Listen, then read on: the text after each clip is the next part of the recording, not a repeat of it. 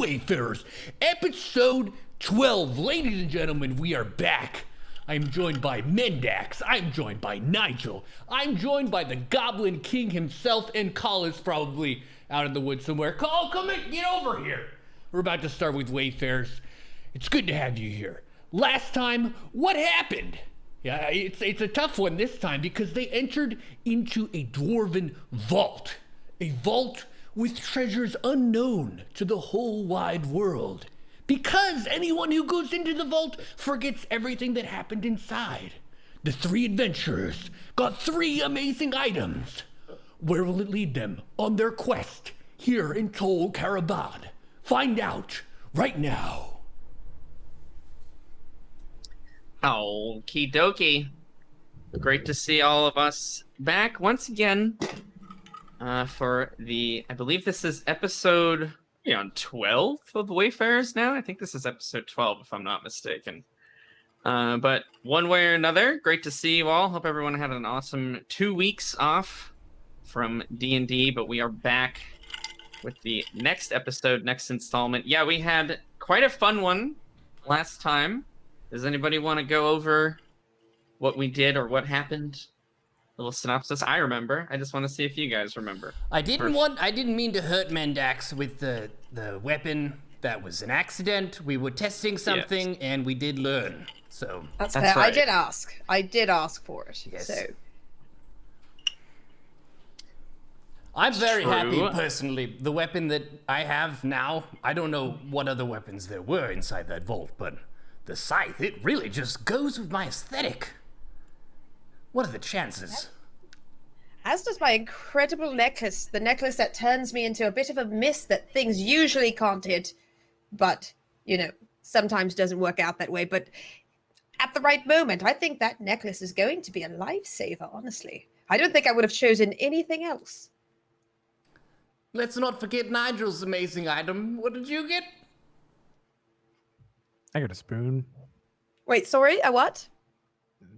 Spoon. A lovely spoon. I'm sure it has magical properties of some sort. Right now, it's being kept safe, though.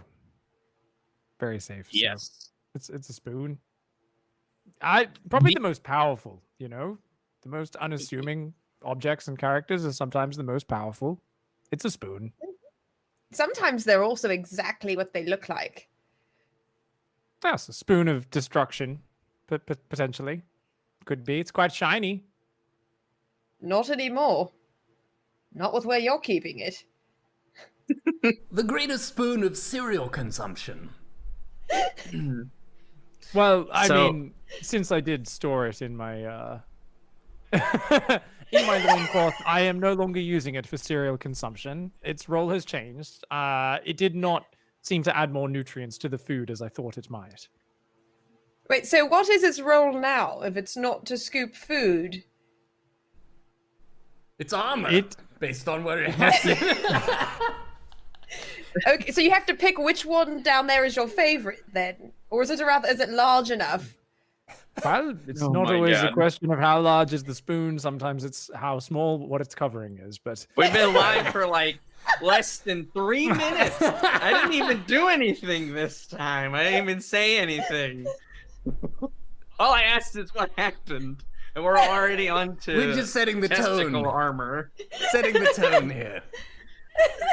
Yeah, we're just getting that one as early as possible. Yeah. Well, fantastic. I'm glad everyone remembers all of the highlights of last episode. Yes, you guys got to each pick out an illustrious item from the fabled Vault of the Dwarves, kept hidden in secret, even to the denizens of Tol Karabad. You had to go through lots of different passageways, lots of different mysterious stairwells and hidden doors in order to find it.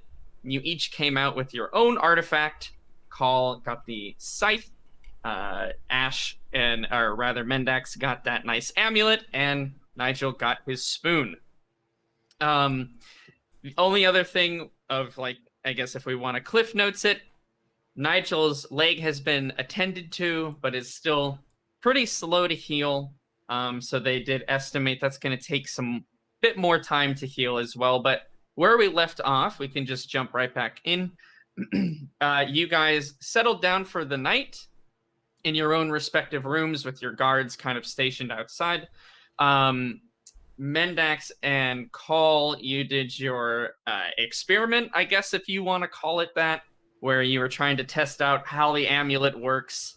I may have made an interjection so that you don't kill her by hitting her with the other side of the scythe instead of the bladed end. I don't know.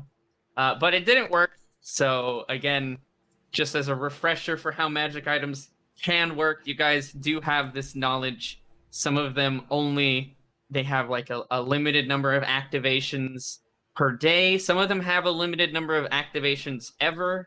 Nigel, your wizard, certainly would have told you this as you guys were making your way back up. So you surmise either that you have used up the single charge that is on that item forever, or that it will possibly come back in the next day or so. Only time will really tell. But you guys settle down for the night. Is there anything that you want to do, very last minute things before you guys head off to sleep? Nigel, I think you were pretty much all set, but kind of just a last minute thing if there's anything you want to do. Nigel's all good. Okay. I had a question. Yes. Of the new weapon, I don't see it in my equipment. I'll add it for you. Superb. I'm a little bit Superb. excited. I was admiring it, you know. Yes, no worries. So I think for you, yeah, I'll go ahead and add it to your equipment, and I'll equip it for you. You might have to refresh in order for it to come up, but I can do that as you guys explain if there is anything else you want to do. Mendax, anything specific, or Khaal, you have anything you want to do? I think I want to rub my head gingerly and then go lie down. You do so. It hurt quite a bit. Khaal is a very strong burb, and even when he's holding back at trying to not hurt his friends, he can only hold back his strength so much. There's a reason I stand in and- the front and hit stuff. That's my jam. Absolutely. So, Khaal, are you all set then as well after we get this added to your inventory, or how are we feeling? Yes, I'm rather tired, but also feeling at ease and accomplished. Sort of like there was a part of me that was lost with the halberd, but then I found myself in a sort of way just as my own bird. But then having a weapon, 10-foot reach is pretty good. And I'm curious to see what this thing can do, especially after we figure out this, there were ravens or bats or something that were floating about around it. I'm kind of curious about that. I would be contemplating that before I get my rest. Okay. Yeah, I mean, you have certainly heard of magic items that have done even stranger things. I mean, you are, you're not overly well versed in, magic to the point that Nigel would be, but you are actually proficient in Arcana. So this kind of fits with some research that you have done or some experience that you do have in your life. You've heard of magic items that can level cities. You've heard of fabled legendary artifacts that exist in the world that can summon, interplanar demons, things like that. I mean, there are items that go way beyond the scope of what you have now. But then there are also very, very, very, very mundane and simple magic items that do common house chores and things like that, or plates that never get dirty. I mean, really, the range of it is pretty wide. So you definitely can, rationalize the sort of properties of this item that you have.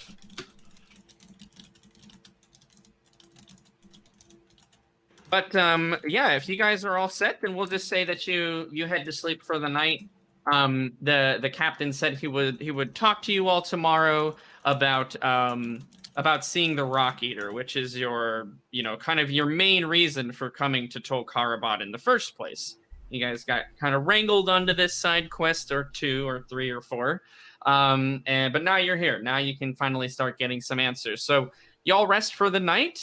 Each of you rest very, very well. The beds are again, they're not overly elegant, they're not overly fantastic, but they're very comfortable. You're very happy to be just rested up again. You wake to the same kind of situation that you did the first time.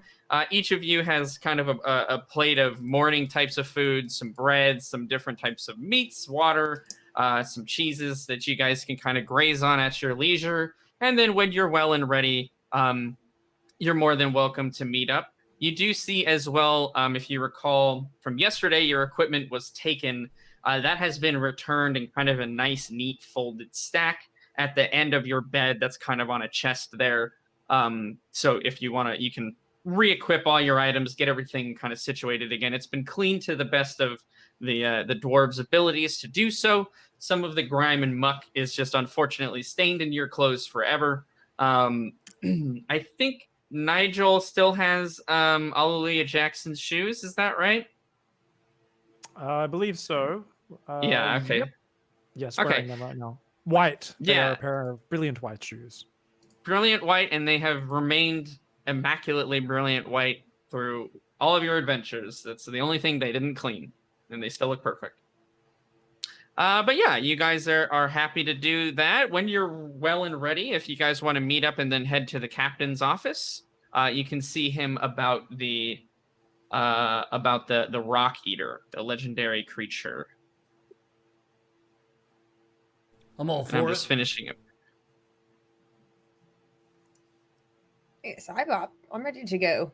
I'll just go ahead and go out into the hallway and start calling for Khaal and Nigel. What? Oi! Yes. What? Are you awake? What? Are you up? What? Khaal! Yes? Are you there? Yes? Are you awake? What? Are you awake? Yes? But are you there? Is this Khaal? Yes? I fling my door wide open and kind of stumble out. What are you idiots yelling about? What? What? Yes? Huh? I would like to open the door and come out now. What the heck do you want? Aren't you ready to go yet? Oh, sure. Why didn't you say so? Okay, good. That's all. Oh, okay. Well, I'll get my things then. Jesus Christ. Everyone has a... It's hard to make progress in Dungeons and Dragons. It sometimes. can be hard to make progress at times. But I can never say that I'm not entertained when we have one of our sessions. 12 that's for episodes sure. in and we're still in the starting town because they can't get Cole out of his room. What? Just come out of the room. Yeah, you guys all meet up. You have a very pleasant and wonderful breakfast. You're all refreshed. Nigel, your leg. We'll actually cover that first. Once again, the cleric that was helping you yesterday, if you recall, the son of Colarbril, tended to your leg again this morning. So he knocked to enter, came into the room and sort of looked once again at your leg. It does look improved, you know, with every application of this sort of herb mash, if you will. But it's almost like the texture of like gravel. It's kind of concerning. You've never been injured quite to this extent before. And so it kind of freaks you out a little bit. It does still hurt to walk around, but you can manage it. You're certainly not in any sort of condition right now to, you know, go sprinting around, enter combat. Still those issues would be very apparent. You can in an emergency for sure, but you will suffer negatives from having to do so.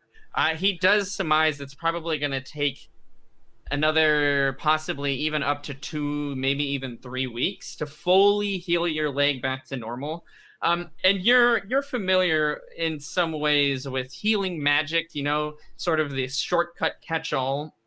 And they could cast spells, they could heal your leg using magic, and to a certain extent, they are. That this herb mash is not all natural. They are kind of enhancing it with some magic and things like that.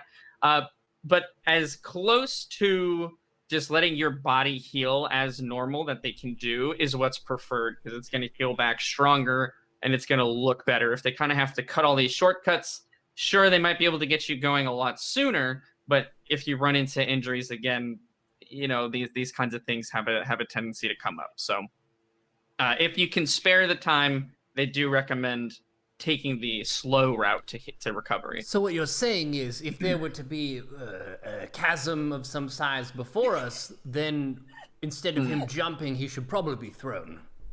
Definitely. Yes. I mean, if you had to span that chasm within the next 2 weeks, yes, you probably would have to throw Nigel. And I mean, hey, maybe we'll go 2 for 2 on fun chasm adventures. Fun, yes.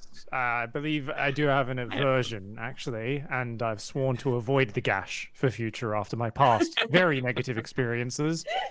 Near death. Nigel doesn't like gash. Does not like gashes. Confirmed. I thought we I made mean, it out of after there the- fine. Yeah, I mean, we're all still here. I don't know why you keep, whinging about it. Because we all almost died. And Not I, very well not could I. have. I made it over just fine. She did, actually. I think there was even a front flip involved. There's a few somersaults. I think like a triple sour cow backflip. And you did splits stick the landing, didn't you? I did stick the landing. That was good. We fell There was in. a bit. We just fell Simon- straight in. Yeah, you definitely got marks off for your landings for sure. Yeah. Do we know what these herbs on his legs smell like? I feel like at this point he might be fairly pungent.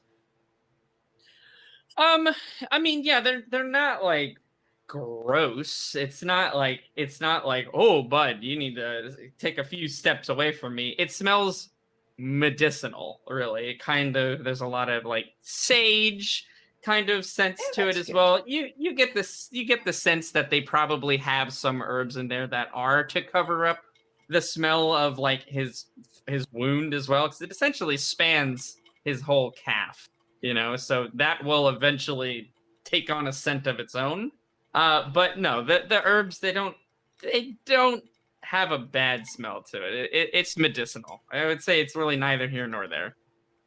Yes. I mean, Okay. for me, I'm quite used to it, so I don't even notice. Back when I was a young boy, Master Nivix actually sometimes would take me down to the alchemists for supplies, for all sorts of spells. And I mean, he always would do it when I wasn't watching, but he would always stock up on his supply of powdered dragon horn. And we all know what that's for. Yes, we do. Certainly everyone knows what powdered dragon horns used But what for if in they this world. what if they don't, Apop? I don't know what that means. What is that? Yeah, Carl doesn't know. I mean, Ah, well, let's just say that's if because you he's a have strong to... Kenku barbarian. He would never need such things. No. Oh. Let's just say if you have to ask, you'll never know. I see. That's not true because he goes to bird orgies all the time. Every Sunday. Right, so the captain is ready for you guys to speak to. Man, corralling cats today, I tell you what.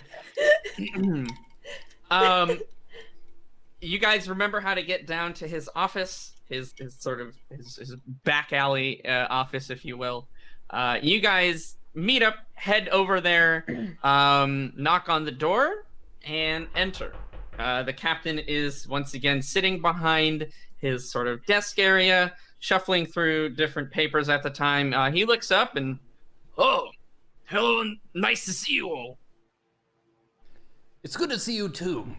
We are very pleased with pickups from the amazing vault, and we wanted to inquire about Mr. Rock Eater, and if and when we may speak with him. That's right. I forgot the Rock Eater. And he kind of puts a couple papers down, opens his desk drawer, and he pulls out a key ring with several different kind of keys looped all around it. Well, I don't know what your morning plans are, but if you're ready, we can go now. I'm all for it. Yes, I've nothing else planned. Nigel, do you have anything booked? No, but I do need to pick up the goop from the golem smith at some point. Do you have any idea how long it would take them to repair him? He'll kind of, oh, yeah, right, and then go back over to his desk. He'll pick up a piece of paper and he'll hand it to you. It's like a receipt or like a some kind of we have your stuff acknowledgement piece of paper. So receipt's probably the best word for it. He says, just take this to him. It should be done in the next day or so. Fantastic.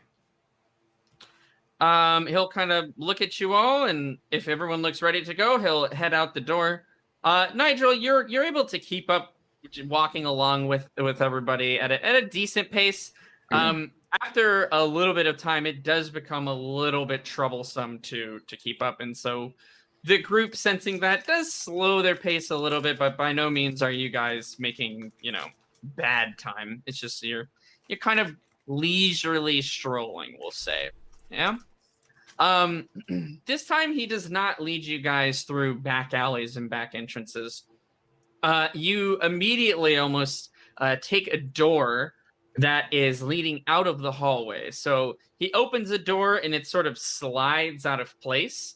You can get the sense that this is another one of those almost false walls. Nigel, once again, you get that like familiar kind of tinge of magic that you feel permeate around the air once this wall slides out of way.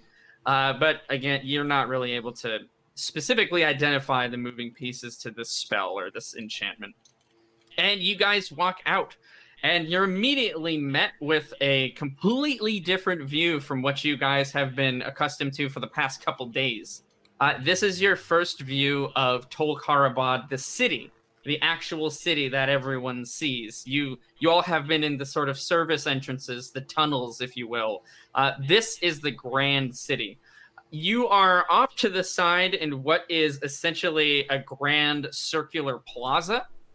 You can see in front of you that there are two mighty statues of dwarves, kind of at least plated in what looks like solid gold, both of them wielding these massive warhammers in the sky. The immensity of the city itself is kind of staggering. You kind of forgot how big this kingdom was that you guys were staying in. To the right and left of the dwarf statues, there are these sort of waterfalls of lava that are going down into like a pit underneath, and grates in different kind of passageways that go over this immense pool of lava that's beneath the city. You see different dwarves, different humans, gnomes, all sorts of different people and races walking around the city. It doesn't look like it's as busy as it would normally be, but you attribute that to the fact that they did just come out of essentially what would be a quarantine, and there's more than likely people that are still recovering or keeping their distance or what have you. But there is a lot of people. There's already, you can tell, just many, many, many times more people than the cities that you've been staying in so far. Specifically like Lakewood and Inderith. Those towns had populations of maybe 100 tops. I mean, you've probably already seen 100 people pass by you just in the minute that you're sort of marveling at everything. Just because I want to really explain what this city looks like to you guys, I'm going to go a little bit more into detail. There are shops that are like carved into the wall. So it's not like a city in so much sense that there are buildings that are placed around everywhere, but everything exists in like the floor plan of this city. And you can see that there are passageways and stairways that travel up the wall. And so the shops and the domiciles are more vertically placed as opposed to horizontally. And it's pretty packed tightly close together. So shops often share a wall with each other. You can see that they're all made out of that same really nice sort of this black and gray, almost granite slab stone. That's what the walls are made out of. Even though there is that sort of pit of lava that seems to be in the middle and walkways that span that span across it, the heat doesn't really radiate up through the city. It's a very comfortable temperature. It's not cold, but it's certainly not even close to the heat that you guys were feeling when you were traveling in the boats.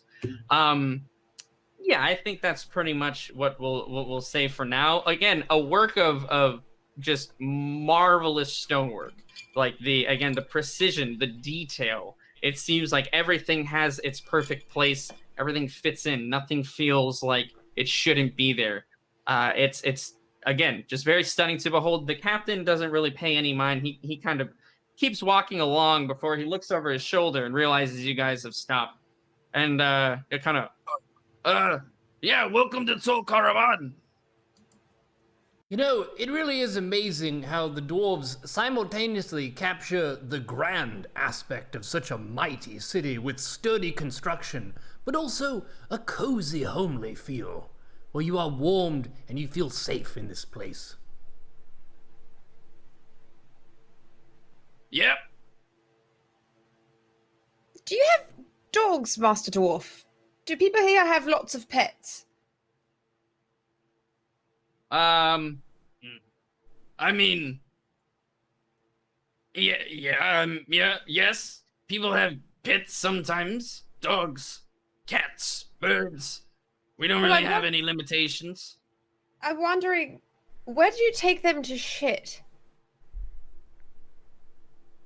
He'll like, outside. You have to go all the way. Wait. Outside the entire city.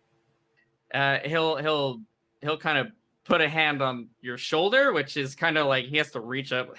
I'm just joking with you.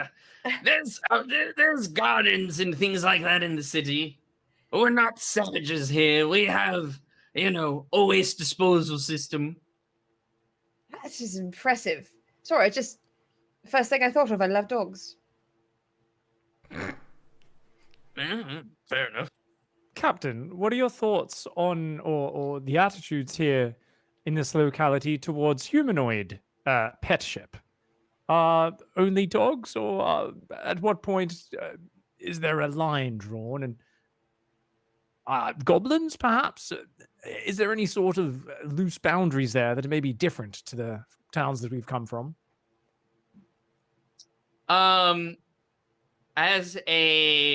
So I'll give you this information, and then I'll let you decide if you want to ask the same question.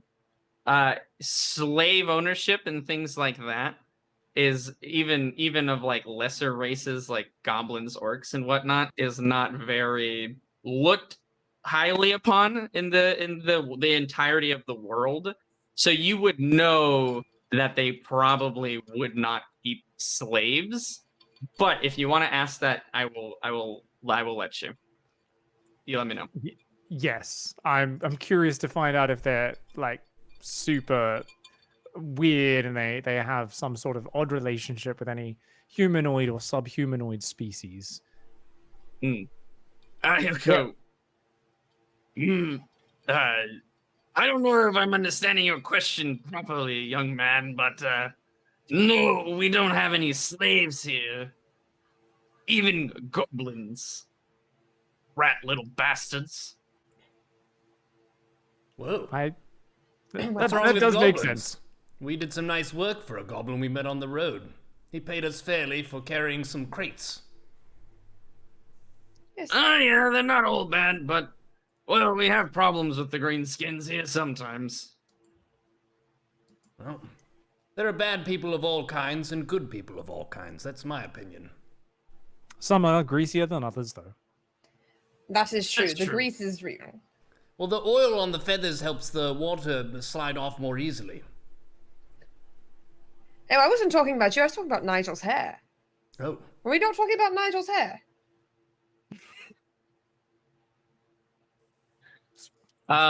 It's greasy? No, What do you your mean? hair, it's fine. No, I'm Talking about goblins and those we greasy, were what? greasy balls of grease. Oh, Captain, I'm not. did you say something? I'm not greasy like a goblin. No, you guys were just discussing how you were calling his hair greasy like a goblin. I didn't say anything.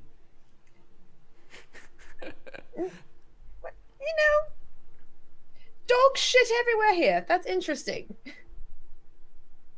I like how we're going through the most grand city we've been in our lives, or at least in our time together as a team, and your first question is, where did the dogs poop?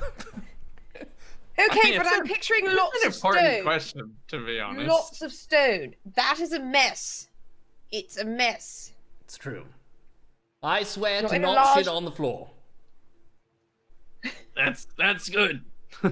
Yes, I please don't. Also, I don't think anyone is surprised about this turn of conversation. We were talking about bird orgies instead of going into the secret dwarf treasure hold last time. It's very true. I know what my party is concerned with, and it's not treasure. It is not Treasure is knowledge and conversation and connections amongst band members. That's the treasure is the friends we made along the way. I thought Yeah. you said it was pants. And also shoes. Yeah. The dwarf captain will. I kind of have some stuff I gotta do later. Either we gotta move on, or we can go later if you want. No rush. Just, there's a lot of people that need tending to today. We're good. We're a very distractible bunch. Sorry. We may proceed. It's all fine. While we walk, I'm not sure if you as a soldier know too much about dwarven engineering, but I have heard that the sewer systems and that your engineers have built here are some of the grandest in the world. And in fact, your engineers are really the ones who brought them to humankind and other species and races as well. Do you know much about the engineering underneath the city? The steam vents for heating and the sewerage systems, anything of that like? Or is it not your area of expertise? I have no fucking idea how any of that works, young man. I fight people. I lead the city as best I can. I shit in the toilet like everyone else. If you're really curious about it, I'm sure I can find someone for you to talk to. No worries, good sir. I mean, I'm sure Khaal here doesn't know how to make a halberd from scratch. I would not be able to craft a wand. They are just tools to us, and there is much in this world not known. Let us go on and meet the Rock Eater. Fair enough. Are we good? Do we want to talk about poop anymore? I'm ready to talk about it. I have notes written if we need to. Do you actually? In Uh, the future, make sure you design the sewage system and understand the way it's engineered. Damn it, PM. What the hell? Folly. I'm so sorry, guys. Let's just, let's cancel today. My bad. We need to. No, it's our fault. We're a bit scat brained tonight. Good God. Now the puns have started. Okay. I will continue on. But I'll make up some shit on the spot if I need to. Ooh, make up shit. All the shit. And poop. So he will lead you through the kind of epicenter of the city, which you gather to be those two mighty statues that are sort of kind of just risen up on these pillars almost out of the pool of lava that's beneath the city. It's kind of like a nice focal point of everything. You can tell that the city works in like circular rings, basically. And he'll lead you through. He'll point out a couple of different, like, oh yeah, that shop over there. You can grab all the nice utensils. You might see if that spoon's worth anything. And then here's the tavern. Some really great ale. Thursdays they do buy one get one free. It's basically a holiday every Thursday in the city. What and day of the week is it? Oh, it's Wednesday. We didn't miss it. Okay, sorry. And yeah, he'll point out different little details here and there. He gets really specific about some of the random kind of details too, about like, oh yeah, that shop over there, the rocks on it weren't perfect. The stone smithing on it was just slightly less quality than all the other ones, and it was made fun of for having like the lowest level of craftsmanship of the whole city until it was fixed. But yes, you guys will walk through at a nice leisure pace. again, you do see quite a number of different people. This is the most diverse city you guys have been in so far. It is primarily dwarves, but there are, once again, just to reiterate, there are humans. You guys see tieflings. You guys see some Kenku, some other avian races as well. The Arakakra, I think the other one is called. Pulling deep on my knowledge here. Yes, Arakakra is what it's called, Mendax. I didn't say. I said nothing. I said Yes, nothing. but I'm starting to understand what happens in your mind. And you do even see the odd orc and goblin. It's again more rare. They're probably the rarest that you've seen. But they are walking around and pretty much, well, broad daylight, whatever you want to call it. But regardless, he will take you through the city until you guys reach one of the outer edges, essentially, where the shops have kind of stopped. It's now more of the, I don't know if back alley is really the right way to put it, but it's more of the domiciles where people live. It's their houses. And he takes you to what looks to be a more abandoned area and up to a kind of blank wall. Sort of one of the outer walls of the city is what it seems like. And he'll lead you over to the right so that you're out of view of the rest of the populace, although there's no one nearby. But he does take extra time to really look around, really check, really make sure that there's no one nearby. A group of dwarves will walk by and he'll kind of just look like he'll kind of just do some idle chit chat with you guys. Not proceeding forward. You can tell, obviously, he wants to be just your group isolated when he does whatever he's about to do. After that group passes by, he'll kind of look left and right again, and then he'll go up to the blank wall and he'll take out his keys. And he'll kind of thumb through the different keys that he has on there. They're all different shapes, all different sizes. Some of them are very simple, like the stereotypical 3-pronged is at the end. Some of them have these really strange looking almost contraptions on the end where they have multi sort of jutted points that are coming out. And he stops on one and pushes it into the wall. And as he pushes the key into the wall, the hole for the key seems to appear and the stone dissolves away from where the key is entering the wall. And so he turns it, and you hear a click, and then kind of an even louder series of clicks happening behind that. He then will take his hand and he'll push in a series of stones at a specific pattern. And once he's done about 5 or 6 of these bricks, kind of pushing them into the wall, the rest of the bricks around it, forming an entryway, will also press in and then lower down into the floor, revealing a pathway in front of you guys.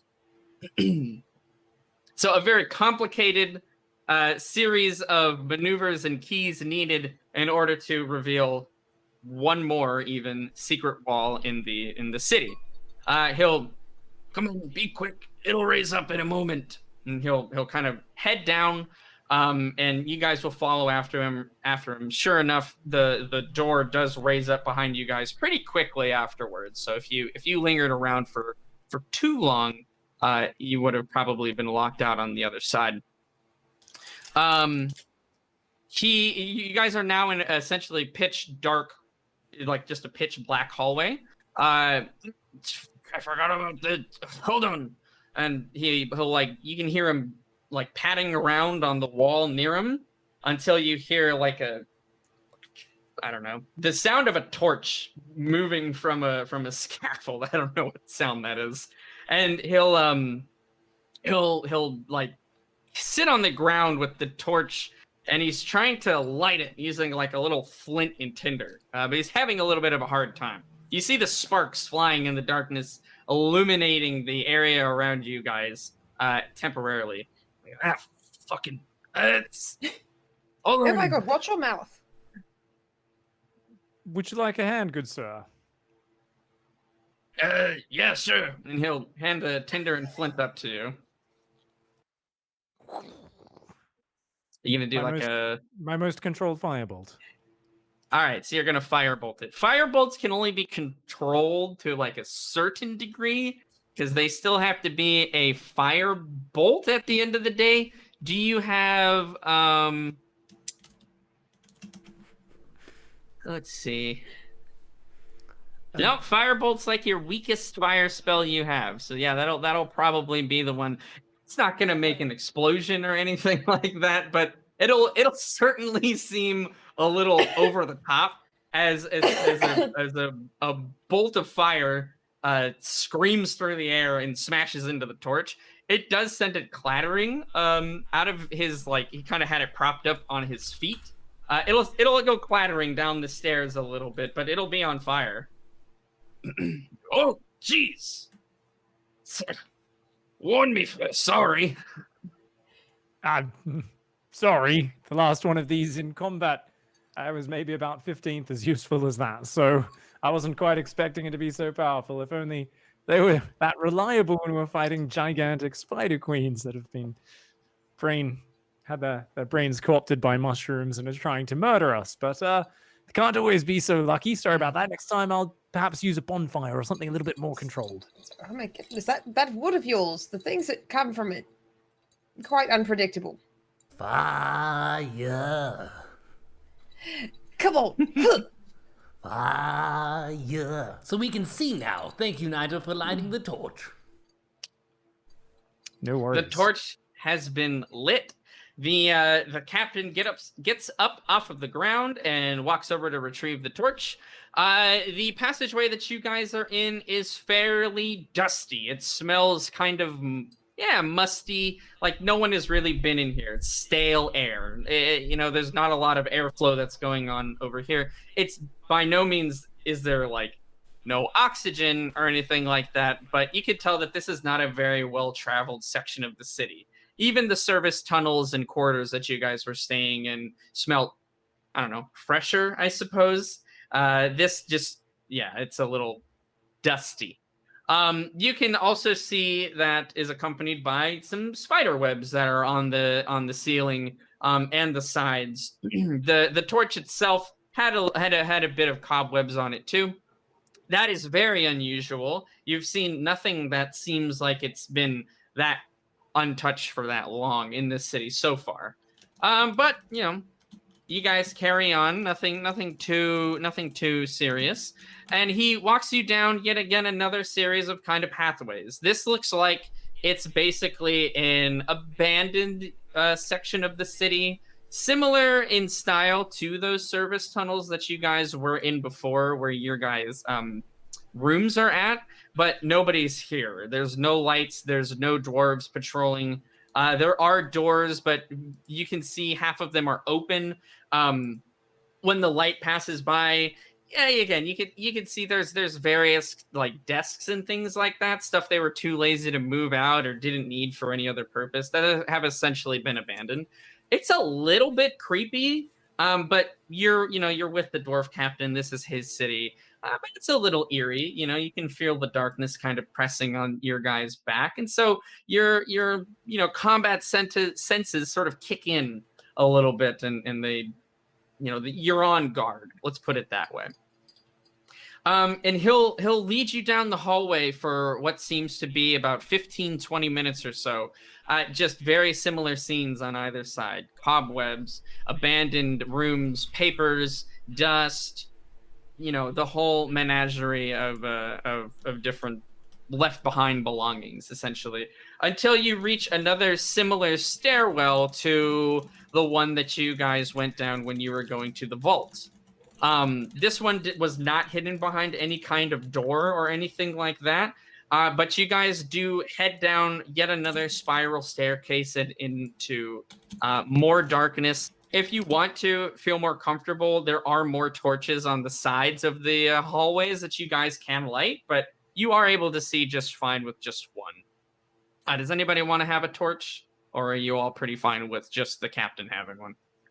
No, I'm fine. Good with him having one. I have dark vision. Okay. Samesies. Must suck to not have dark vision. And yet I have faith in the captain. I simply follow along. Okay, good. So yeah, you guys head down the spiral stairway. again, very similar to the one that you went down on the other side of the kingdom in last session, but except for when you reach the bottom, instead of opening up into this kind of giant grand hallway, it's a small hallway that leads to a singular door. And he'll hand the torch to Khaal, and he'll go, "Yep, there you go. It's in there." It? Isn't it a person? Yeah. Well, like, yes, and then, like, no. It's very confusing. Why is he out here? This seems very impractical to get to this place. He can't stand the light. Oh. Should Forgot how hard this voice was. Should we not have this torch then? Is this going to be a problem? Well, he's never really complained about it before. It's just the overabundance of light. I see. Well, do you have any advice on interacting with this creature aside from no bright lights? Keep it brief.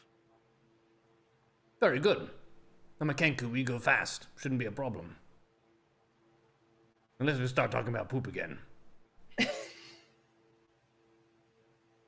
All right. Well, thank you for escorting us here. We'll go see what this rock eater has for us in terms of information. Yeah. Who has the rock, by the way? The ore? I think it's, what is it, Nigel? Nigel. Let me check my backpack. It should still be here. Yes, mystery purple ore. Mystery purple ore. Perfect. Yeah, you guys are welcome. Is there any particular, I mean, this might be overdoing it. Is there any particular line that you would like to go in? Khaal first, then Nigel, or how do you guys want to enter the room? Khaal has the torch, so I feel like he should go in first, and I'll go in behind him. I'm assuming Nigel will wait to be last. Yes, I'm Only always in because the his leg rear is with the injured. gear. Yeah. In rear with the gear. Perfect. Yeah, you guys, you walk down the hallway. It's not a particularly long hallway, but for one reason or another, you get the sense that it takes you longer to reach the door than you expected it to. It's kind of a small detail, but it sticks out in your head that it is taking you a lot longer to actually reach the entrance of this doorway. Khaal, let's each of you real quick actually roll me a what would be the appropriate one for this? Roll me a wisdom save. Give me a wisdom save. 12. 12. Okay. Wait, we all doing a wisdom save? Yeah. Everyone wisdom save. Oh, 18. 18. Okay, you all pass the save, but you can feel almost like an icy aura permeating from this room. It tries to... you get a feeling of dread that starts to overcome you, but you quickly are able to kind of resolve yourself. You have faced much more difficult and scary situations than this, but you can't help the nagging feeling in the back of your head that this is not right, or this is out of place. Something doesn't feel correct. But you press on regardless, each of you in your own way, coming to terms and rationalizing that this is what you need to do for your mission to figure out what's going on. So you press forward. Khaal, you enter the room first. You take a step in, and that icy aura sort of gets exponentially more intense. You now feel as if you could see your breath in front of you, which you most likely would be able to do had your torch not just gone out. So it is now very dark. It's pitch black in this room as each of you step in. And the two dark vision characters, you are actually blind in this darkness. You don't get a sense of any sort of shape that's in front of you. it's an unnatural darkness, to put it in a easy way to understand. Something is actively blocking your vision in this room. I'm going to reach out and put my hand on Carl's shoulder in front of me, like we're two girls going through a club, and you don't want to get separated by all the fucking creepers in the ocean there. So, hand on Carl's shoulder. I feel a And presence. I'm going to reach back. I'll put my other hand backwards for Nigel, but like keeping it up above the waist, because obviously not trying to steal a spoon. Absolutely. Call, as this very intense aura and tension overcomes you, you feel something tap your shoulder. I feel some strange presence on my shoulder. Is that Mendax, or is that... That's me. Don't worry. It's not Nigel. It's me. Oh. Can you see very well? I can't see a goddamn thing. Okay, neither can I. I don't know what happened. The torch went out. I don't think I dropped it or did anything wrong. It may have Is the expired. torch still in your hand? Yes. Okay, so yeah. you didn't drop it then. No. Nigel, Nigel, where are you? Don't have him light it. He can't see anything. He's gonna burn us to bits. I don't want him to light it. I don't know what Nigel did. I have my hand on you, but as you guys are starting to get your, go ahead, Nigel. You tell me what you want to do. I was simply going to just cast a minor illusion cantrip to amplify my voice, as I am very fond of doing, to about triple normal volume, just to kind of boom around the room a bit and say, "Hello, Rock Eater. We are friends. We come to seek an audience." Yeah, this booming voice catches Khaal and Mendax, catches you guys surprised, very much so. Somebody basically just shouted right next to your ear extremely loudly. Again, about 3 times the normal volume a human would normally. I feel like I would probably my arm that's not on Carl's shoulder just flies back, just reflexively. Okay, Khaal, you get, Nigel, you get smacked in the face by a hand. Oh my God, which kind of puts a damper to your confident speech that you were going for here. You guys feel so much as less that you guys feel this less than you see it. A massive movement in the darkness in front of you. Again, you put your hand right up to your eyes. You can't tell how far away it is. It is pure darkness in front of you. And you just feel this massive shift in the air. The sort of atmosphere of the room has changed, and you can tell that something has moved. Okay, let's see how long we can do this for. You hear a voice come out from the darkness, and it will say, "Who is here in my room?" We are 3 humble adventurers in service of Tol Karabad. We were sent on a mission for the city and were told that we could have an audience with you to ask about some rare ore that no blacksmith could understand. You feel another shift in the darkness, almost as if something is now very close to you. You reach out because you feel almost each of you instinctively kind of reach out a little bit in front of you instinctively to see, like, you feel like something is right next to you, but it's just your hand catches nothing but the dark. And once again, you'll hear that voice. Tasty rocks for me to eat. And who has the ore again?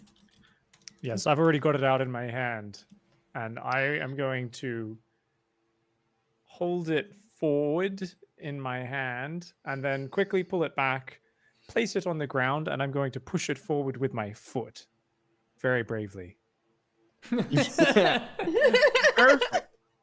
Perfect.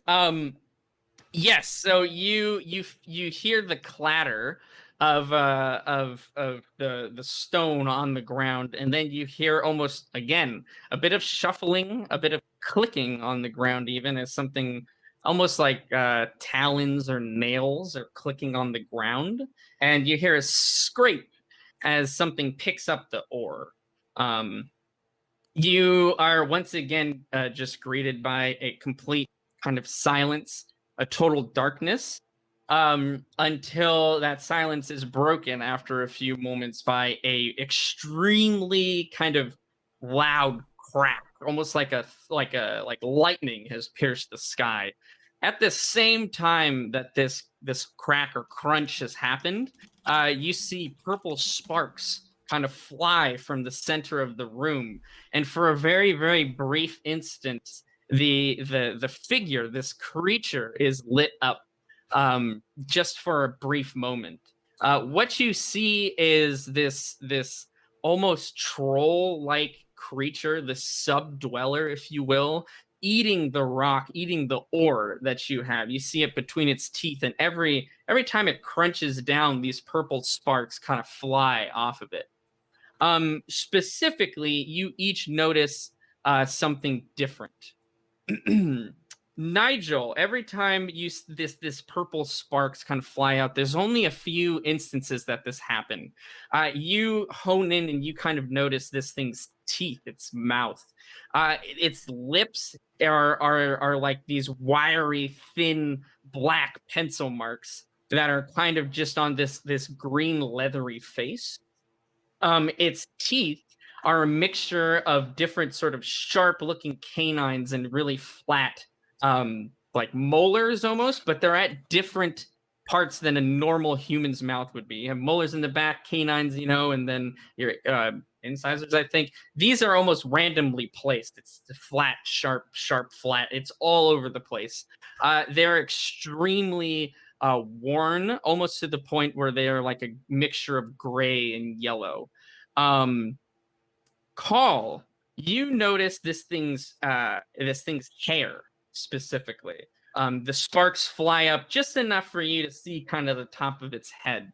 It's clumped, but in like a wiry black mess. There's grease that's sort of flattening the hair on this creature to the side of its face.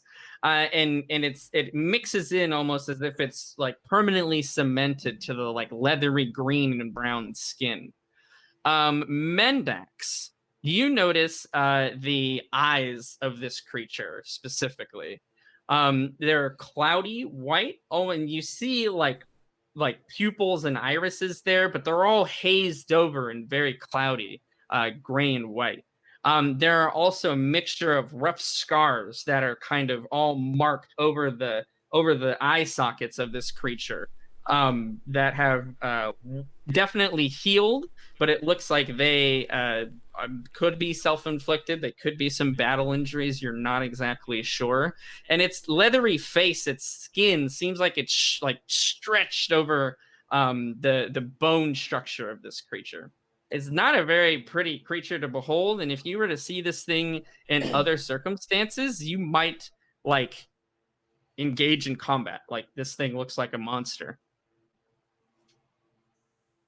So you're all fairly taken aback by what such a thing would be doing in a civilized city like this.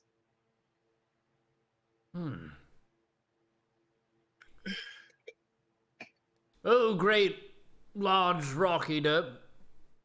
What did you think of the ore? So after maybe like 3 kind of crunches, bites, chews, whatever you want to call it, again, it'll just go back to sort of this almost magically infused darkness, if you will. And it won't respond to you, Khaal, not directly anyways. Each of you give me another wisdom save. You can tell Nigel specifically that something is trying to communicate with you telepathically. 13. Okay. What did you 23. get, Next. Okay.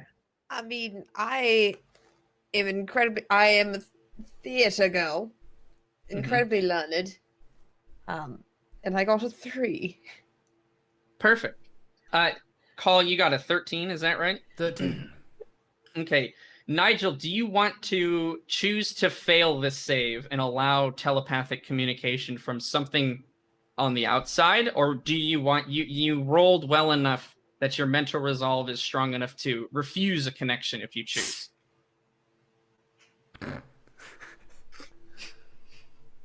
I feel as though someone is opening a can. I What would you like to do? I think I will embrace new experiences. This is a trusted beast. I will allow communication. Okay, so Nigel, you allow the communication, and you're familiar with telepathy in a sense that, again, you're master. You understand what is happening very quickly. Khaal, Mendax, you guys, your minds sort of instinctively try to reject whatever communication this is. It's not natural. It's nothing that you guys have trained for before. So you don't really have too much of a say. It is overpowering, and for a few moments you have this very intense headache where your mind is essentially being controlled in a sense by something other than yourself. It's very unpleasant. It feels very unnatural. You feel very exposed and vulnerable, as you can tell that something is putting thoughts in your head. And it hurts. It doesn't feel very good. The more you resist, the more it kind of continues to hurt until you either give in or it's finished trying to convey whatever thing it's trying to tell you. Nigel, this is it's fine. It's not like again, you've gone through telepathy before, so you kind of are able to. It's not very pleasant, but it's fine.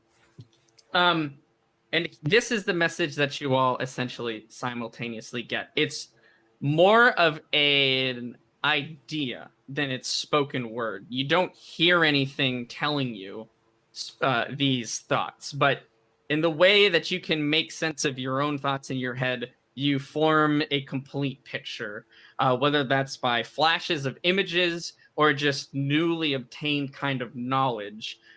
You get the sense that the ore, the rock that you've given this creature in what is around your finger, is used as a battery.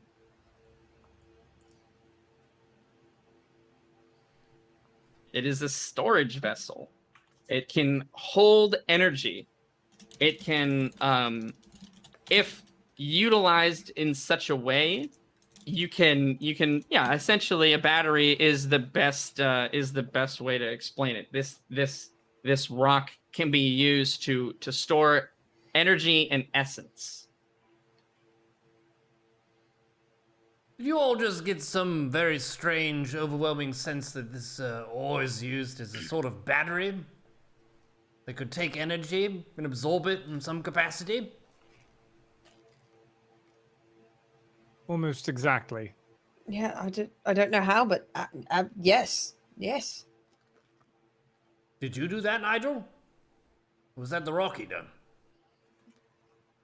I believe that was the Rock Eater. I'm not sure. Rock Eater, do you understand how it works? It can be used to store essence. Have you ever seen anything like this ever before? I'm still confused at its purpose or exactly how it is used. As you collect yourself and direct your attention back to the Rock Eater, you get the sense that you're talking just at the darkness. You feel alone. Where besides your two companions on either side of you, you feel that the room is empty. The sound doesn't quite hit the room in the same way that it did before when this hulking beast was in the middle. So you feel alone, and you do not hear a response. I will say specifically, Nigel, something about this feels You can't put your finger quite on it, but it feels very familiar, as if you've read about something like this before. You'll have to do some research to jog your memory again, but this is a concept that is very familiar to you. Hmm. I'll relay that to these two. I'll need to consult the library of the dwarves and try to figure this out, but I don't know about you guys. I don't sense the rock eater being here anymore. Do you guys remember which way we came in from? Isn't it back behind us? I think it's behind us. But if he's not here, can we light the torch again? It's still in Khal's hand. You can certainly try. We could hand it to Nigel, and then he would know exactly what to on what surface he should explode. We should also have him be aware of where we are so he doesn't shoot the fire at us as well. Oh, yes. Good point. Okay. I'm pretty sure the rock eater could dismember us if it chose to. It was huge and hulking and had mysterious powers, and it apparently hates the light. Even though I can't sense it here right now, I would rather not piss it off. How about we just daisy chain? I'm gonna kind of hold your shoulders, Mendax, and Mendax hold on to Khal's hand or shoulders, and I'm just gonna walk backwards exactly the way we came and feel my way around, and hopefully we can find our way out. Sure. Yeah, in sort of a reverse conga line, you guys are able to maneuver your way outside of the room. You didn't enter into the room very far, so you fairly quickly leave. The chilling sort of oppressive essence that was pervading around this area dissipates a bit. You still feel very unnerved. Khaal and Mendax, you feel off-put by the whole situation. The telepathy at the end kind of just being the creepy cherry on top, if you will. And it's gonna take you guys a little bit to kind of shake this weird feeling. But you guys leave the room. You're back in the hallway again. Nigel, if you try to light the torch with a firebolt or something of the such again, you find that it stays lit, and you see your companions as well as the captain at the end of the hallway. Captain, what the hell was that? And was that a troll? What exactly was that rock eater? Yeah, he'll nod and he'll shrug and he'll say, that's a really great question, to be honest with you. It's a bit of a mystery. We found it in the earth when we were digging. As we do, mining, we do have a few mines here, and our deepest one came upon this creature, gods, I don't know, ages ago. It's lived here ever since. It doesn't seem to need food or water or sunlight, but it has some tenacity or peculiarity towards rocks and ore. Some mystical creature, really. I couldn't tell you. The thing creeps me out, though. But it doesn't hurt anybody, and it's quite useful sometimes. I hope you got some good information. It's something that's useful for sure. Still, just that was one of the creepiest experiences I've ever had, and I can only imagine it looked like it had scratched its eyes out or something. It ate a bloody rock. It lives underground. Apparently, it can instantaneously put the lights out in a room. Honestly, I thought it must be some sort of troll you'd fed some of serious potions to. It looked like a real warning sign for anyone who goes too hard on those potions, Khaal. I gotta say, be careful with what sort of alchemy you mix with. He'll just say, that was doing, trust me. And he'll lead you guys back up and out the way you came And if you have no other questions, or you can talk to him all along the way as well. But he'll start heading back and take you guys back up to the city when you're done. Yeah, Nigel, you again. What the shit was that? I was just practicing I my guess- rock eater impression. Sorry. That's pretty good. Good God, Carl, don't fucking do that. I wanted to practice it while it was still fresh. Holy. I mean, it was very good, though. Thank you. It was excellent. Well, he's a I scary feel like creature. you could probably walk into a store and simply use that, and people might just start giving you things. I don't know if they charge anymore. I'm not here to be a bandit and rob people by scaring them, but if I did decide that to be my career path, I will keep that in mind. Thank you.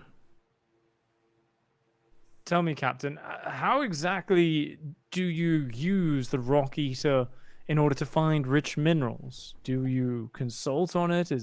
I heard tell back in Lakewood that the rock eater leads you to especially rich mineral yields in the earth. How do you communicate with it? Yeah, he'll what he says is essentially, let's see, what would he tell you? He tries to explain that the way that the dwarves mine is, it's a fairly laborious traditional act. There's a lot of sorcery that can be used to kind of determine where more rich veins will be found, but they prefer to do it a bit more naturally. But if they are really stumped on a direction or path that they should traverse, and they need to find, or if they need to find a specific type of mineral, they'll often bring different samples of different sort of A, B, C, and they'll see which one is more rich in the specific type of ore or mineral, or if there's any traces of a specific gem that they have a hard time detecting, and they'll feed it to that creature, and it will tell them essentially almost like a readout of like this percentage of this percentage of this, and that's sort of the status quo. They allow this thing to sort of stay away from people, have a safe place to reside, and by its choice, he explains, it lives down there, isolated and away from everything else. They have tried before to introduce it to a bit more, not like to necessarily society, but they're not trying to keep him caged down there, right? That's its choosing.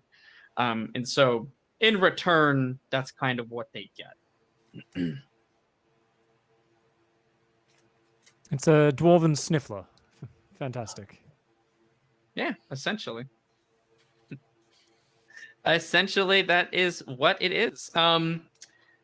Yeah, he'll open the hidden passageway by similar device that he used to open it. Again, the key presses in the reverse order those stones from before.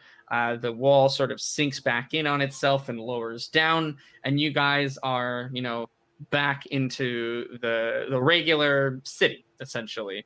Again, he looks around, he makes sure that nobody sees you guys kind of appearing out of the wall, is what essentially happened there. And you're able to breathe a breath of what is relatively fresh air. It was very sort of oppressive down in the cave system, if you will. And you guys are able to breathe easy. That puts your mind a bit more at ease and relaxed than how you were feeling just a few minutes ago. He'll invite you guys, he's more than happy to lead you back to your rooms if that's where you want to go. He'll explain basically that the quarantine is lifted on the city, though. If you would like to explore around on your own, the city is yours to use as you see fit. If they can be of any assistance to you guys, all you have to do is ask, and he'll do whatever he can to assist, essentially. Oh, very good. I do feel a little bit unsatisfied by this whole thing. I thought one of our main missions was to figure out how to get these things off. Now we know that the ore is a battery of energy of some kind, probably, but we still haven't made progress forward in removing these from our digits. To that, he'll say that. Let's see, what would he say? He'll kind of, stroke his beard and think a little bit. This is really out of his league of understanding. He has almost no input on what the next step you guys could take.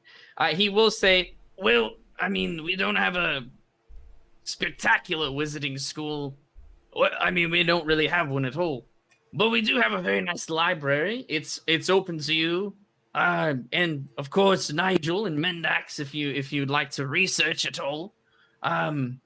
It's open for you to use. If there's anything you need, we'll do our best. But unfortunately, that's information I don't think we have. I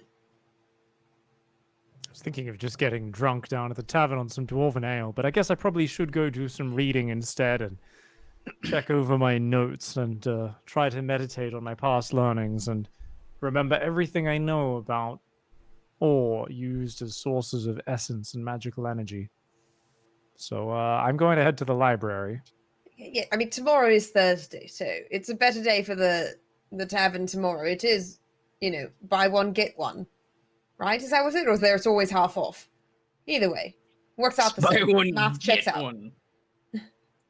Yeah. All half off or buy one, get one. It's the same thing. Doesn't Technically, I matter. guess. It's a deal. It is a deal. Yeah, he'll yeah, go ahead, Nigel. Nothing of note. Please continue. It's all good. It's kind of in your guys' hands a little bit right now. It is a bit of an unsatisfactory feeling. You guys were really hoping that this would be, boom, here you go. Here's what you need to do. You're definitely a step closer, but this is just going to take some raw research, more than likely on the part of Nigel. Again, Nigel, you do have some. It's just very hard for you to kind of nail this down without researching and referencing your notes again. But something about this whole situation and about this ore and these rings being a battery or a storage of some sort really is just like, man, what is it? It's very annoying to you, actually, because this does not happen very often where you can't recall some pertinent detail or piece of information. So it's actually bugging the fuck out of you right now. Mm-hmm. It's time to nerd off. I'll shuffle off to the library then. Okay. Do you want us to pick up Goop for you while you're at the library or something? Oh, you can try. I'm not sure if he'll be ready yet, but here's the receipt.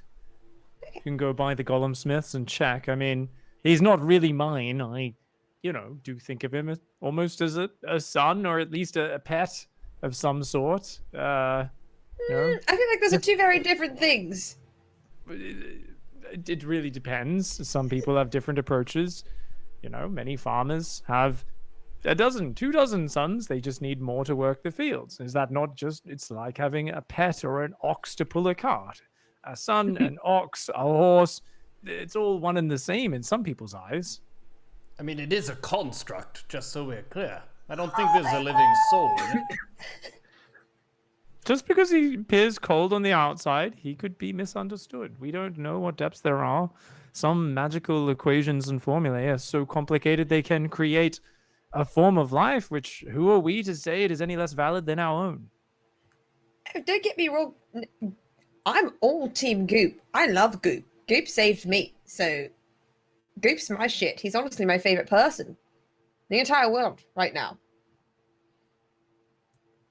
Well, go see if you can find out more about how we can communicate with and make use of him, and hopefully he can get us out of a hard spot.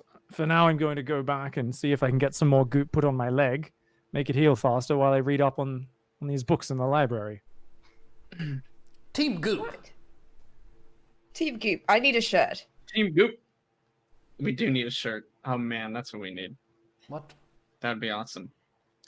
Oh yes, see if Right. you can find goop-sized clothes while you're down there. See if you could maybe Oh we my could get him a cute hat or something. Oh, absolutely. Oh my god, he'd be so adorable with a hat. Or like a little ascot.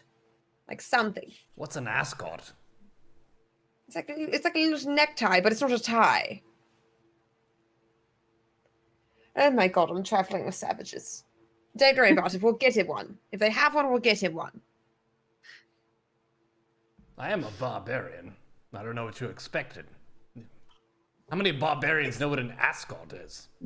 The well-dressed ones, I would think. I believe I did once read a collection of all sorts of notes on fashion across the land. I believe it was called Google. It was a great giant tome. And yes, apparently it looks like something rather fancy that wankers wear. Yes. Okay, unless they're small and they're golems and they save your life, in which case it's not for wankers, it's for people who are adorable. Honestly. I don't want to hear it, okay? Your leg smells like a grandmother. So I don't think you'll want to talk right now. That is the best insult I think of. Your leg smells like a grandma. That's perfect. I'm gonna Your keep leg that one in my back pocket. Smells like Nana's bathroom. So I don't want to hear it. God. All right, I think tensions are a bit high. I think this is probably a good spot for our little mid-session break, so we can all relax and just calm down. So we'll take 5, let everyone cool off, and we'll come back and continue the episode if that sounds good to you guys. I'm gonna go Google what an ascot is. Look it up. Okay, it's fashion. We'll be back in 5. Thank you everyone for tuning in for Wayfarers episode 12.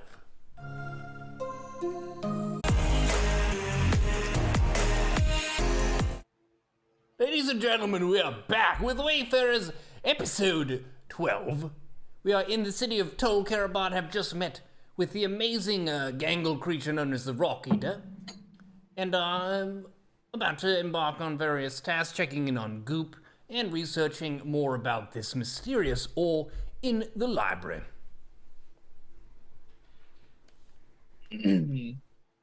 Yes. So, What? you guys... What? Gotcha. What? God damn it. I said I wasn't ever going to fall for it again, and here we go. What? You guys have reached a kind of you're at a standstill. Nigel is sort of the one who can control the pace of how quickly you guys can leave. So depending on how Nigel's research goes and how his study goes, you guys will be kind of, I don't know, stuck in Tol Karabad for a little bit of time. It seems like one way or another, you guys are probably going to be here at least until Nigel's leg is at least mostly healed all the way.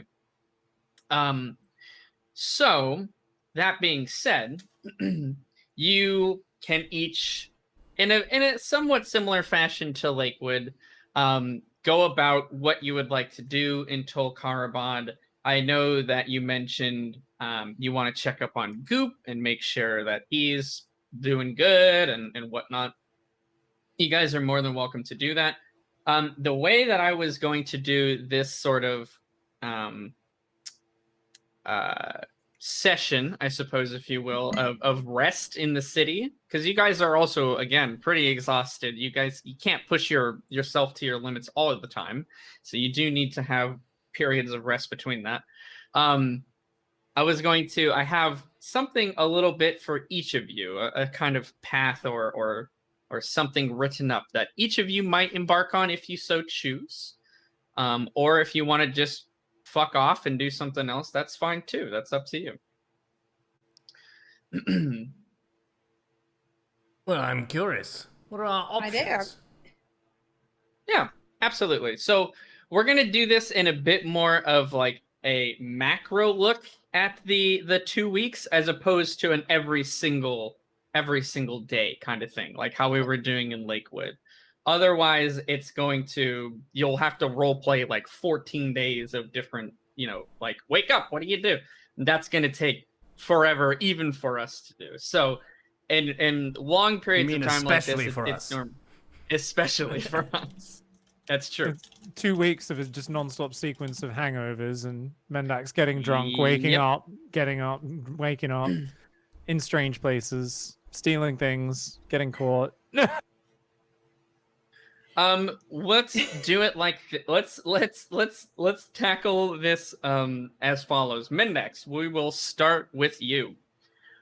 Each of you have your own interests. You don't have to hang out all the time. By all means, if you do want to go and hang out with your other party members, that is more than your call. You can. Nigel is going to be spending more than likely a lot of his time in the library doing research and going over his notes. But Nigel, there is more to this story as well for you than just, you spend another day in the library. We're going to start with Mendax. Mendax, it is Wednesday, and we'll say for the rest of the day, you go and check in on Goop. He's not going to be ready quite yet. You can see that he is essentially powered down in a sense. Yeah, I mean they have to do that in order to do repairs and things like that. The kind of control orb that was like his eye is out of his construction. They're making repairs. You can see that they're crafting an arm for him of similar material than what he's made of. They've kind of cleaned him off. You guys have only been there for like a couple of days, so they haven't made the most progress. So he's been in their hands for maybe less than 12 hours. But even still, they've made a pretty decent amount of progress. So they let you know, you can check back in the next week or so. Maybe he'll be done by then, unless you guys are in like a hurry and you need to leave right now. Then they'll do what they can to kind of just put him back the way he was and let you guys go. But let's say you would want to head to the tavern, right? It's Thursday and it's buy one get one free. Is that where you'd like to go? I'm assuming, but hey, if you want to go somewhere else, you let me know. I, am very offended by all of these assumptions of my character. I don't know. Is You there a seem to show brothel? interest previously. Is there a brothel? There's not. Then I guess I'll go to the tavern. All right. Second choice. You head to the tavern, and the captain was not lying. It is extremely crowded. There are tons of people. Half of them are shouting, half of them are fighting, and another half of them, so yeah, 3 halves, are singing some songs. So you fit right in. You get in a minor scuffle. You sing some and learn some new dwarven tunes, and you get very drunk not very quickly. You pace yourself a little bit. You don't go straight for the dwarven ale that you remember taking before, but very quickly you are out 10 gold. Oh, God. So I fucking help save this goddamn city. Nobody wants to buy me a drink, and I've just spent 10 gold. As you say that, there are a group of 2 humans and a dwarf that walk up to you and they'll say, "We'll buy you a drink." Oh my God, you're so nice. Oh, thank you Yeah. so much. What's your name? Which one are you asking? You know what? At this point, I think I'm seeing 4 of them. So, the second from the left. The second from the left. Yeah, that's one of the humans. Let me do a roll and see if you even remember his name the next day. Can you do an intelligence roll for me? Oh God, this is going to be bad. No, it's not that bad. 18. All right, you think his name is Smiggles. Oh. Sorry. Uh-oh. Oh my god, Smiggles! How Yeah, you guys. doing? It's not the next day yet. It's still today. You guys Right. get along very well. You're having an awesome time. You're singing different dwarven tunes, and your personalities are shockingly relatively similar. They challenge you to a drinking contest, Mendax. Are you done? Dunzo. Absolutely. Challenge accepted. Wait, what are the terms? Do we win anything or is it just for pride? I'm fine either way. I'm going to say yes. Just my consent has been given, regardless. The human that you think his name is Smiggles will say, if you can beat us, we'll take you to our boss. Wait, so then I have to beat both of you. And then I'm go. What the fuck do you even do, Smiggles? I don't care about your boss. Who's your boss? What does your boss do? Give me an intelligence check to see if you can form that coherent line of thought. 14. Okay, yeah, you are able to generally convey, or at least you think so, convey, why do I want to meet your boss? And he will do a quick sign with his hand that you recognize as a part of the thieves' camp. These guys have picked you out and they recognize you as a member of the sort of underground elite, if you will. I accept this challenge. Am I playing both of you at the same time, or is it one after the other? Both at the same time. We'll play fair. I mean, okay, honestly. It's not the most at once. Anyway, let's do this. All right. The human, you think his name's Smiggles. I'm just going to keep saying that so you never know. I'm going to continually call him Smiggles, even if I learn it's different. Okay. He snaps his fingers and motions the barkeep over. And he'll pour 3 kind of large flagons of that dwarven ale that you had the other night, Ash. All right. And he'll go, okay, whoever can drink the most wins. Done. So it's just just over. Is there a time constraint? It's just whoever can stand to drink the most and remain standing will win. You assume that it's not a race; it's more of a marathon. You could, yeah. So whoever has, you take a sip. Okay, give me like a the smallest sip. Give me a Constitution save. I've got a 16. Okay, you are able to stomach the raging inferno that is your stomach. That one sip and like PTSD flashbacks happen in your head of when you downed that glass that they brought to you the other night. You choke back what you can only assume is bile, but you have taken a sip of the ale. Let me roll for them and see how Smiggles and the other human does. The dwarf is just laughing and having a good time. Okay, one of them kind of brings the tankard up to his mouth and like inhales, and he gets like woozy, and then he actually like hits the table. He doesn't even make it to the sip of the ale. The other one, Smiggles, takes a pretty decently sized sip, a little bit more than you do, and looks pretty good. You can tell he kind of has to. Yep, I remember this. And he puts the flagon down. He's currently winning, so he kind of looks to you to make the next move. Can I, Smiggles? It's not that I don't trust you, because I don't know you.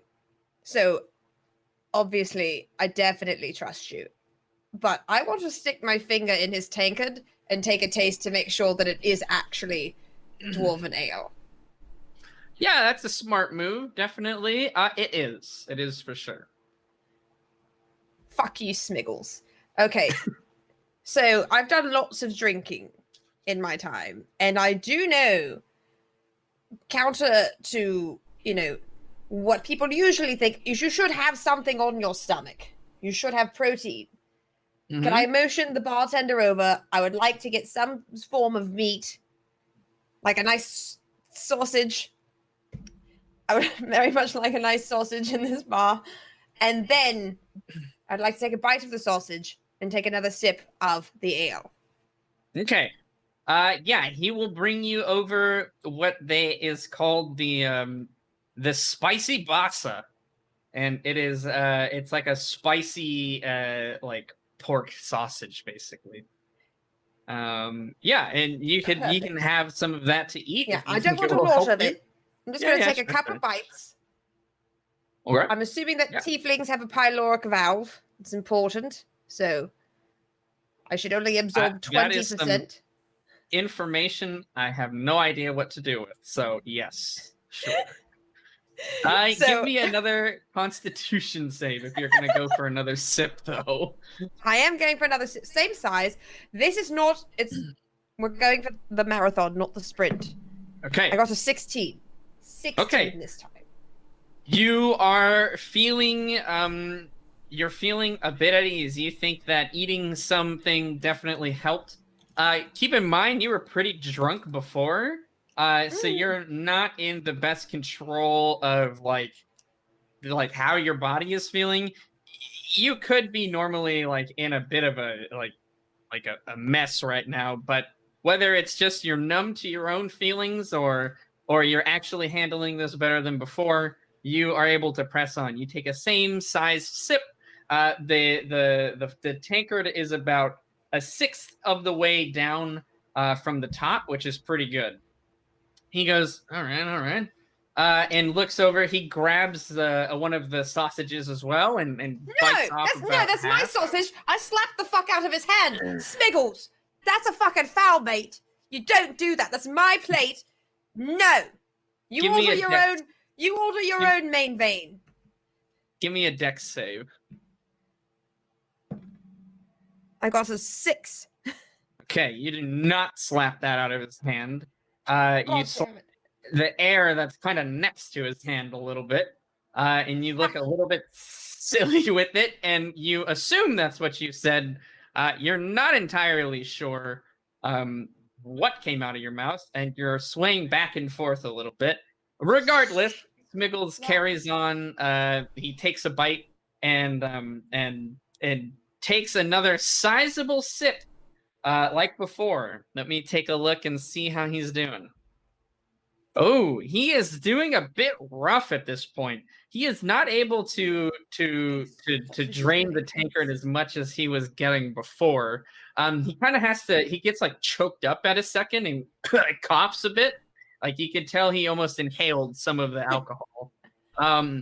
You guys are roughly even right now, though. He's no longer winning.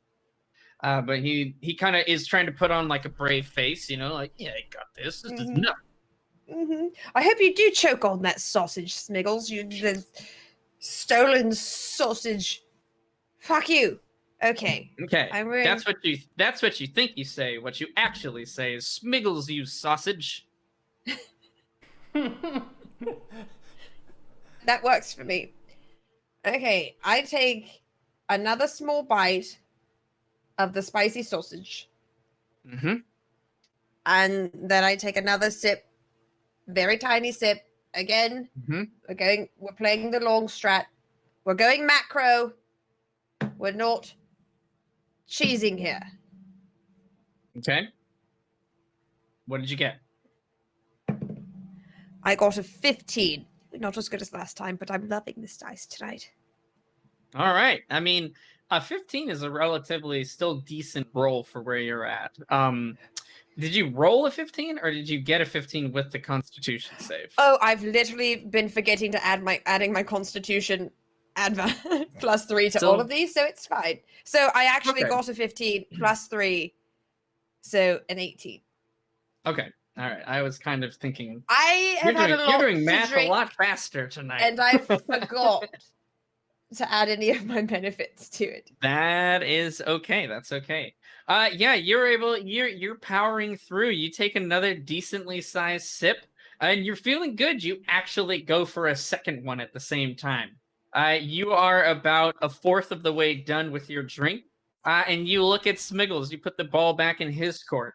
He doesn't go for any more sausage bites. He's looking kind of green around the gills. Yeah, and he tries to go for another sip.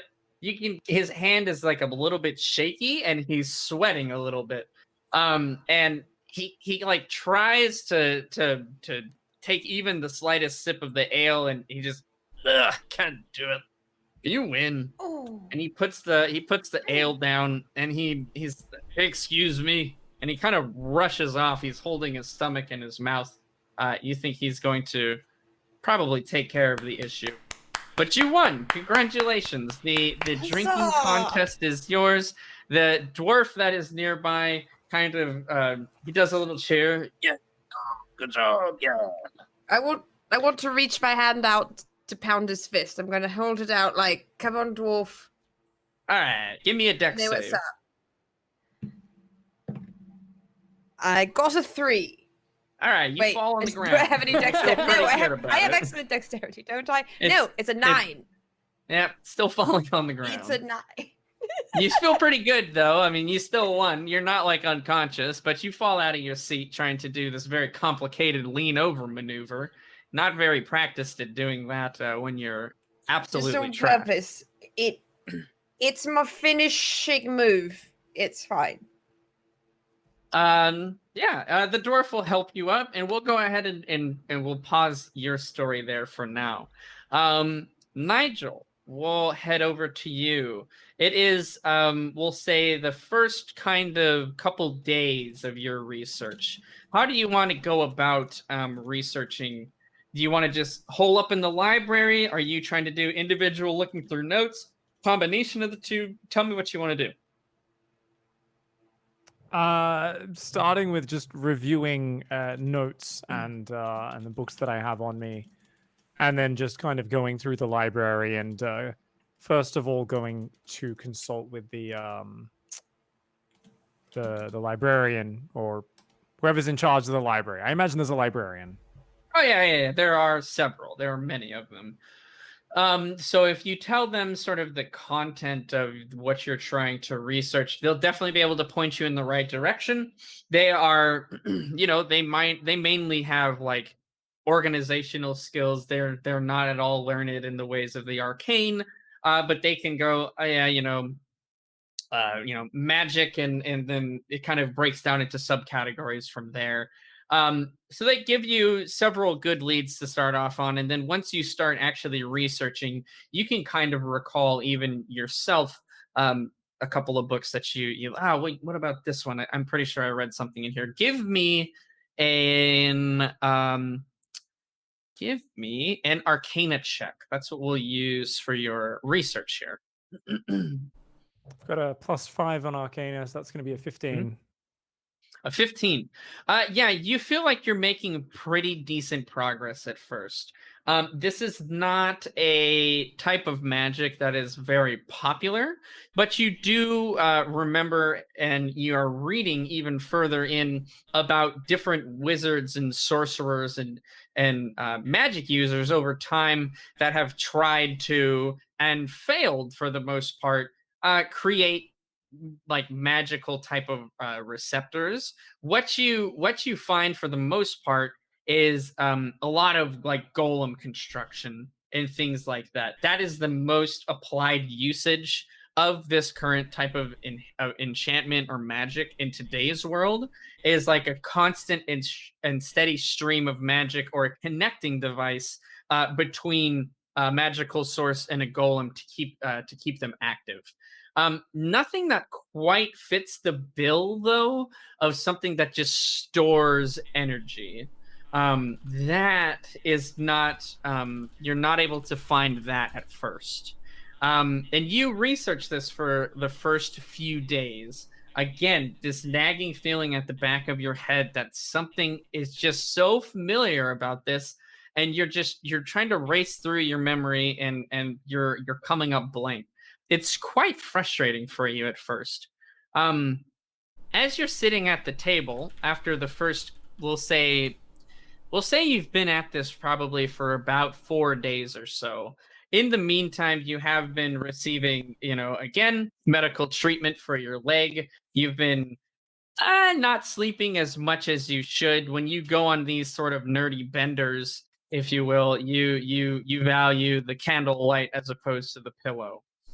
So you look up and you notice that there is like a disheveled looking, think of like very classical wizard, like robed wizard, like purple robes with yellow stars, wizard hat guy sitting across for you.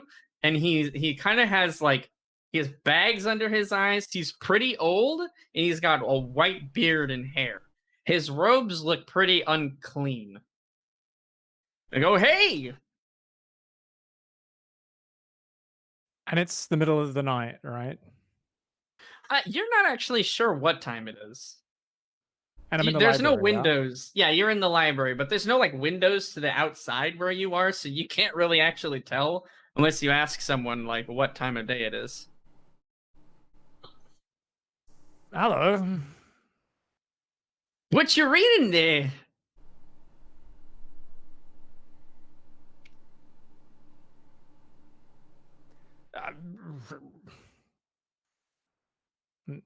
Not being sure if he's real or not, but deciding to indulge my own what appears to be a very expressive dream.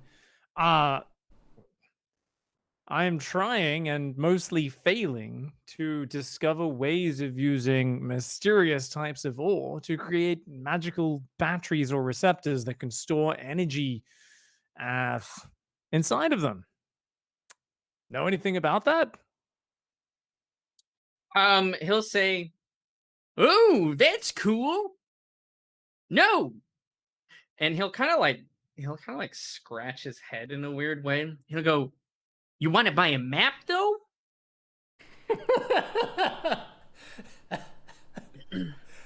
What's the map lead to?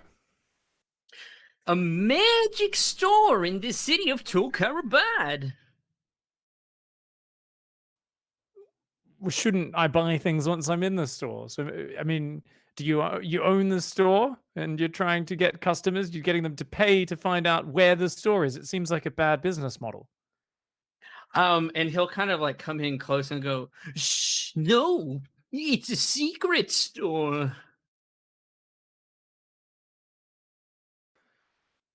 Well, I might just have gone off the deep end, but sure. I actually have what is the most rare and mysterious rock, and I will pay you this entire rock, though it does hurt me to part with it, for this map of your magical store.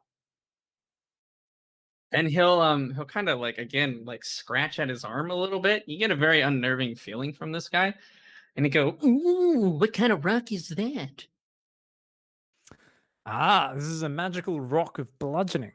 When used in the right circumstances, this can bludgeon the most powerful of beasts and creatures.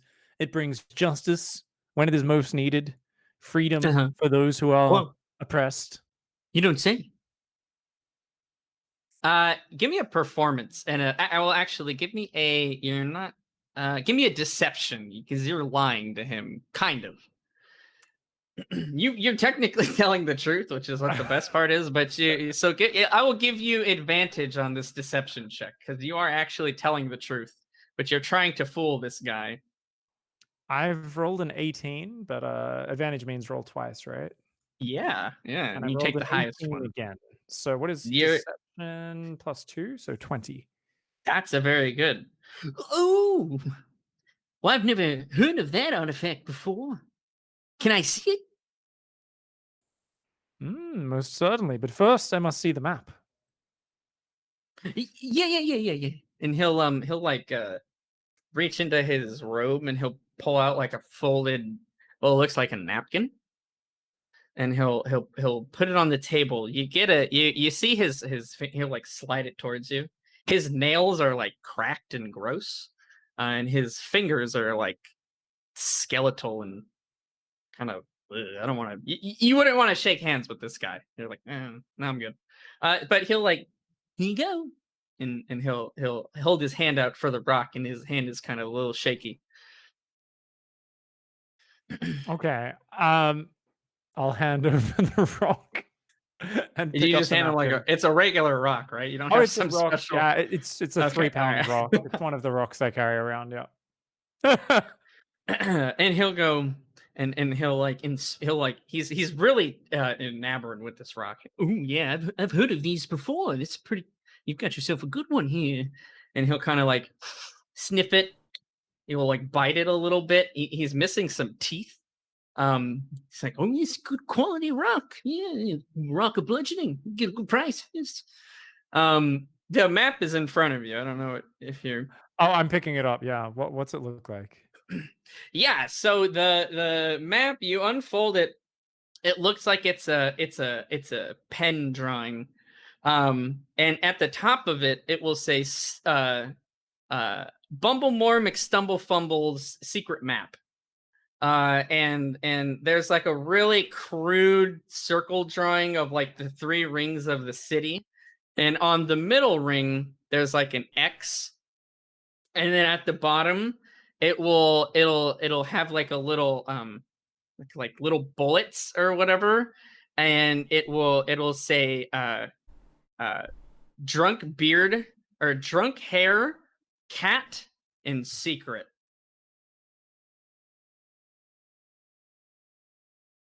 So that's drunk hair on one line, cat, and then secret. Mhm. All 3 lines. Yeah. Yep. Fascinating. Wow. And what was your name again, good sir? And he'll almost, he's not like surprised, but like he like kind of forgot you were there, and he'll reach into like a pocket from his robe and pull out like a twisted, gnarled, it's been taped in the middle wand, and he'll do some quick prestidigitation, and in the air above him is like a little like almost fireworks go off that spell his name, and he'll go, I'm Bumblemore McStumblefumble.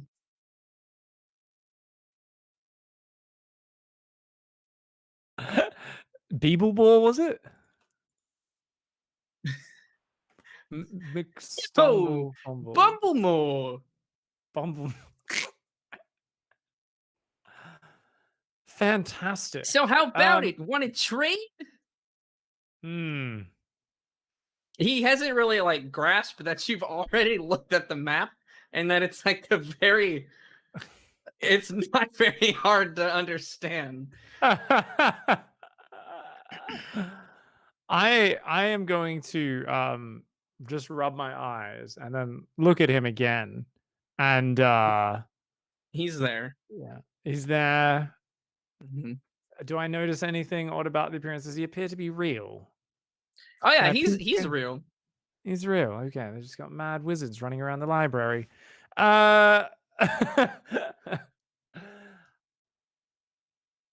Before we make the trade, I need to know, what is the store called?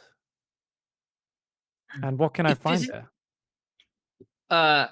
It's so you ask him what it's called and what you can find at the store. He'll say, it's called the Wizard's Closet, and only the most elite of wizards can find it. It has magical artifacts inside. Really, the wizard's closet. And it's hidden there. Yeah, There's so great it's hidden magical- in the walls. And do you know who owns this store? Bumblebore McStumblefuggin?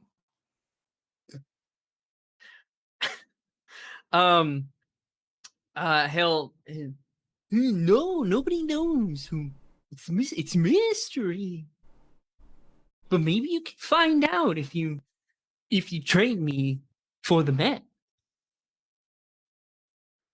Why not? You know, that rock of bludgeoning, it sure did serve me well, but I hope it can find a worthy owner in your hands. Treated well. And I'm going to pick up the napkin, very carefully fold it back up and put it in my robes. Yeah, absolutely. And he'll go, great. Well, good luck on finding the secret shop. And he'll get up and he'll tuck the rock into his robe and he'll shuffle off. All right. I'm going to just kind of look around in disbelief and go, huh? Actually, as he walks away, can I follow him stealthily? Yeah, sure. All right. Give me a stealth check.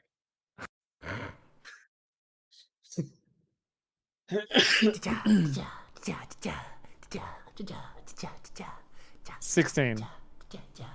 Yeah, you're stealthing as best as you can, and you're stalking this kind of out of his mind wizard.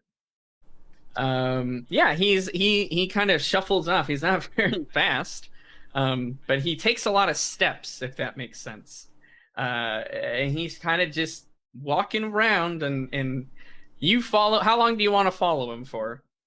I am making no progress. I'm frustrated. I feel like there's something on the edge of my mind. I mean, I was at the end of my wits anyway. I'm gonna absolutely take full advantage of this distraction and follow and get to the mystery of, is this guy insane? What the hell is going on? And why is he allowed to go around the library where you'd think only the most esteemed citizens would be allowed amongst the valuable books? Yeah, I mean, you you are kind of following him.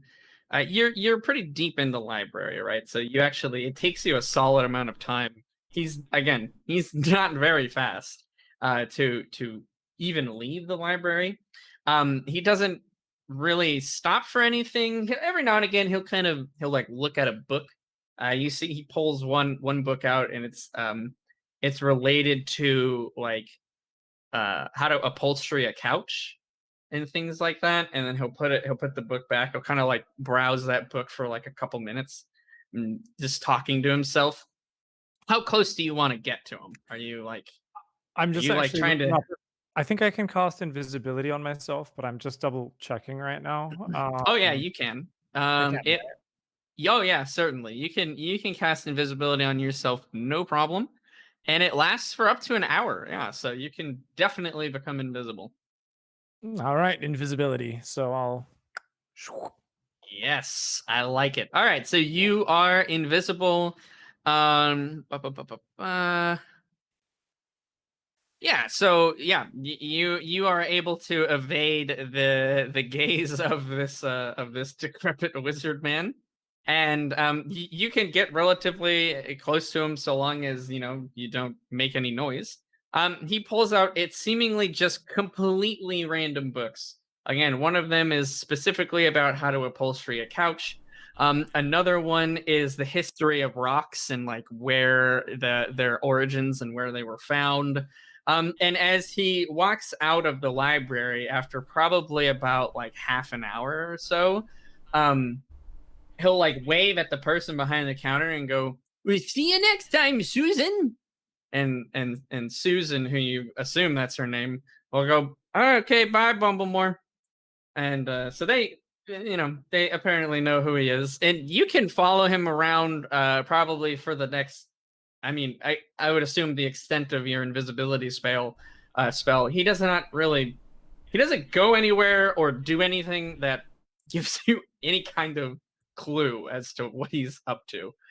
He just seemingly is just shuffling about the town randomly, and just like, oh yeah, he's like just muttering to himself. Well, to understand order, sometimes one must understand chaos, and so.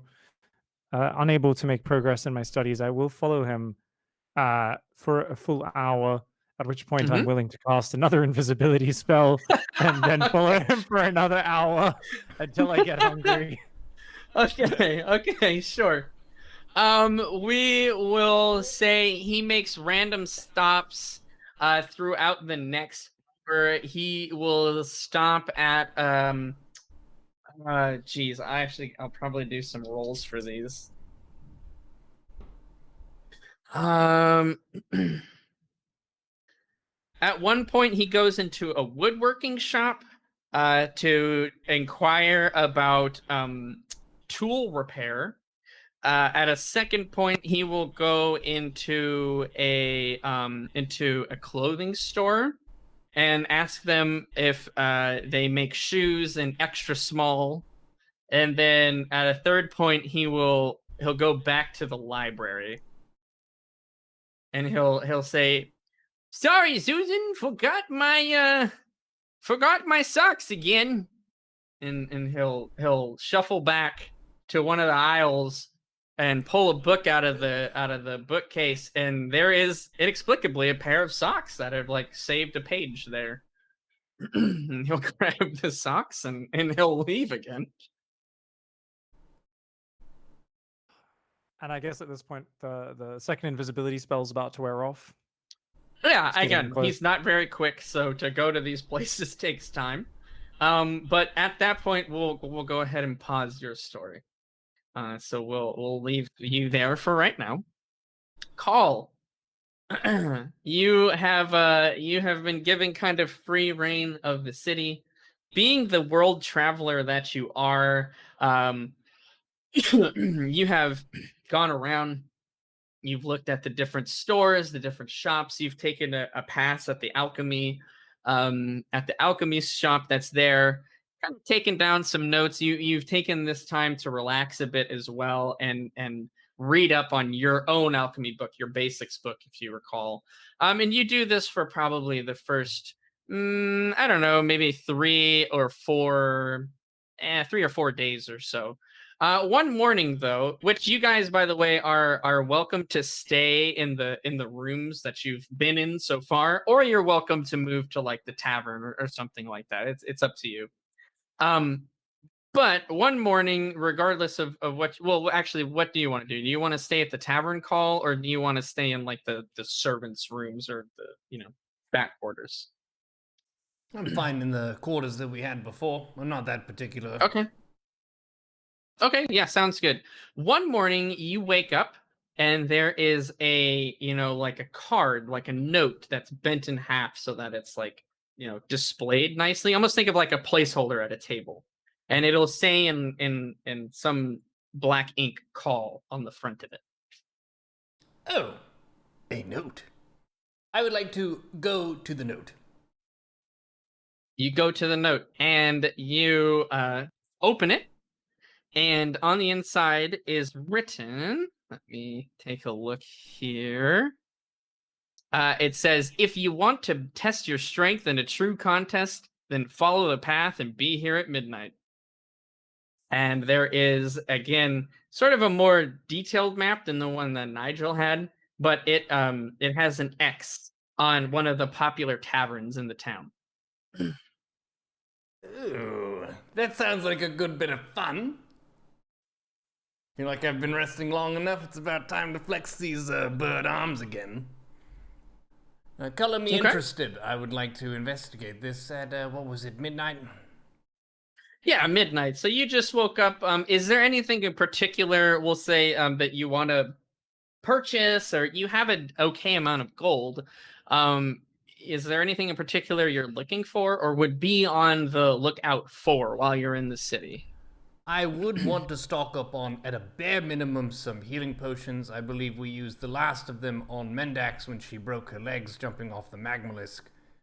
So some of those, and then any other enhancing potions. Maybe there's one that makes me stronger, maybe there's one that makes me less dumb, Take what I can get, sort of thing. Yeah, we'll say that you spend today and you go and peruse the like local alchemist store, the one that's available for everyone to go to.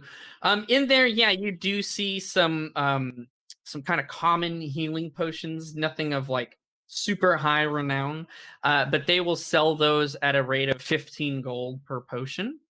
And you said you're on the lookout for other like enhancement potions, essentially. Sure. All right, let me see what you can find, my friend. Yeah, you are able to find actually quite a rare find. They sell this one at a rate of 75 gold. It's in like Elixir of Strength. And they boast that it is a mountain mover. Anyone who drinks this for the next hour, they're able to, to just become an absolute monster. But they're selling it for 75 gold, so it's pretty pricey. Well, I have a choice then because I can't bring health potions and get this as well. I have 85 gold. Mm-hmm. Do you want to try to haggle? I do. Okay. So, How would you like to do that? I would like to present my case to the owner of said shop, basically explaining the story of our highly dangerous mission on the back of the Magmalisk, and also articulating my love and admiration for the crafting of potions and the gratitude for the healing potions that kept our team alive through these great challenges, and that we have lost them in the process, using them very appropriately, but still, being out of healing potions is a big problem for adventurers. I am very interested in this strength elixir, but simply put, I cannot afford all of these. But as people who have put their lives at risk, I would ask for maybe a friend discount or something of this effect. Okay, give me a you're taking the friendly route, right? So give me a persuasion check. Very good. Shit. That's going to be a persuasion. It's going to be a 4 with bonuses. All right, so they are very, I mean, you're bringing up some very good points. You get the sense that their business was hurting a little bit from what had just happened as well. You surmise, and they let you know that they had to, give up a lot of their stock too. But they do thank you, of course, for everything that you've done for the city. They would be more than happy to provide some kind of a discount. They're willing to sell it to you for like 10% off. So they'll sell you the potion and the elixir of strength for 85 gold. I don't know if that's 10% off, but that's what I think it might be actually, but it's close. We'll call it good. So it's 1 healing potion and the elixir of strength for 85 gold. Deal. And they will they'll wrap it up. The elixir of strength is it's actually a very small vial. It's kind of almost like triangular in shape with like a wax sealed cork at the top. The healing potion looks like pretty much every other healing potion you've gotten. It seems to be of good quality. The clarity of the elixir itself looks nice, and the flask that it comes in seems really solid. So they'll give you both 85 gold. The elixir of strength for your actually, you know what? We'll find out what happens when you drink it. You know what the healing potion does? I believe it heals. It do. This is a common one, so it'll heal 2d4 when you drink it. Very good. They're kind of the regular rate, so you can add that to your inventory. Elixir of strength, and we'll say common healing potion. Sounds good. Awesome. So that's about all the gold you have. Your meals while you're here, the captain has assured you, are included, and your rooms are free. I mean, if you try to stay here for maybe years, they'll have a problem, but you don't get the sense that they're trying to hurry you out by any sense. So you don't feel like, oh my god, I just spent all my money and I don't have any food now. So you're good as far as that goes. You kind of just want to hang around and bumble around until midnight? Sure. I might also like to, at some point, visit and see what the training process of the dwarves might be.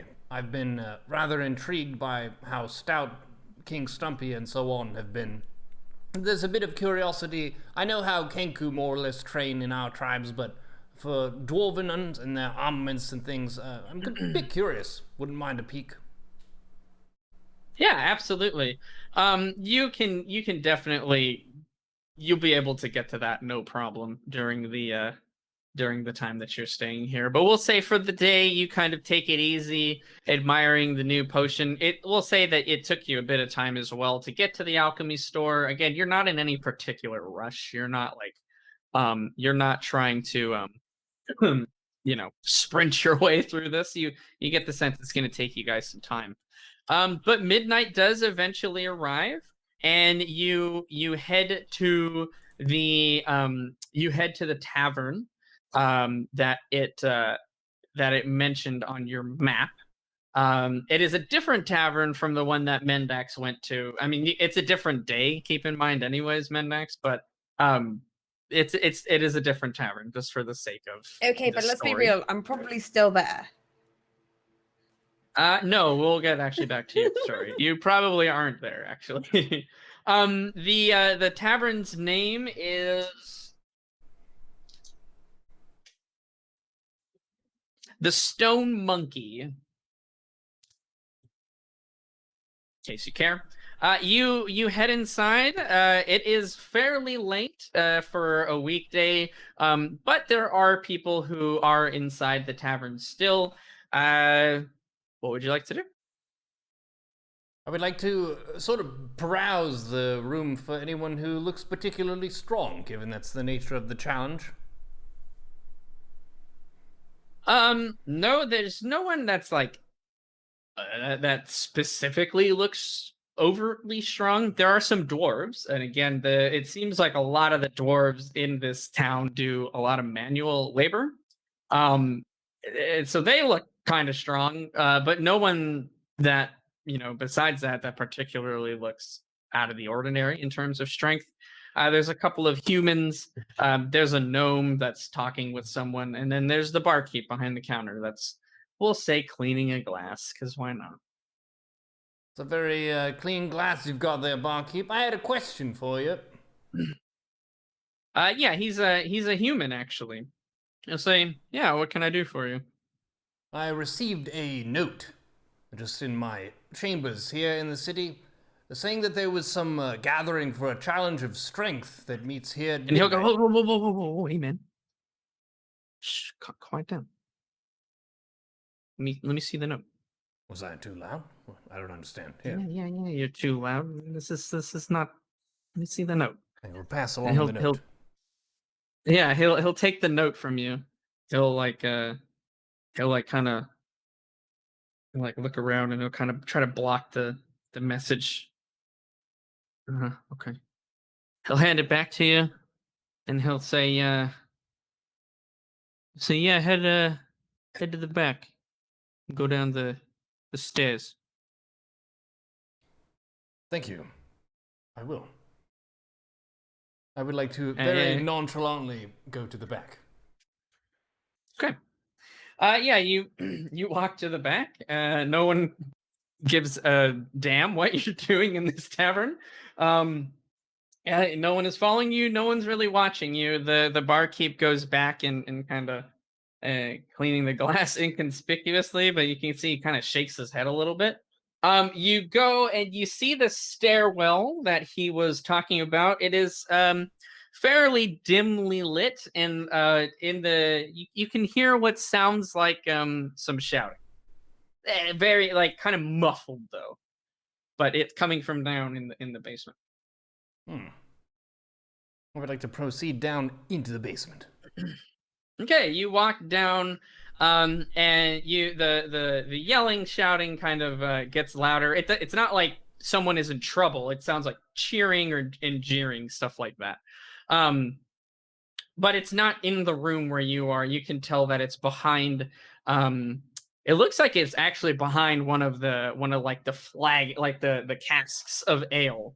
It's kind of weird that you think the sound's coming from that direction. You go over to inspect it. You can actually see that if you pull the flask out a bit, that there's actually a door there that you can open. I'm feeling a little bit fired up here. I don't know if it's my bird instincts or what, but I will open the door and proceed. Okay, so you pull the flask out. It's actually empty. where the ones next to it are fully stocked. So it looks like this one is just to maybe hide this door that's there.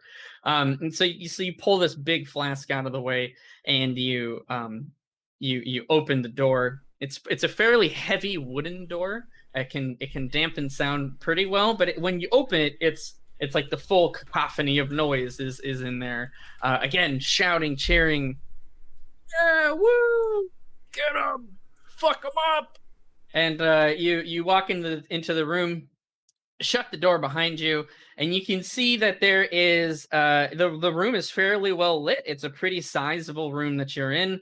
There's a ring of people in the center, obscuring the vision from whatever's happening, but everyone's kind of cheering, and they're all different types of humanoids. Again, there's a couple orcs in there even. There's many dwarves, many humans. But everyone's cheering, but you can't get a sense of what's actually happening in the like what they're cheering about. Well, could I go to the group of people and create an opening to see what's going on? Yeah, you kind of you try to like push your way through so you can see. It's not like a huge crowd of people, but there's probably like 30-40 people in this room.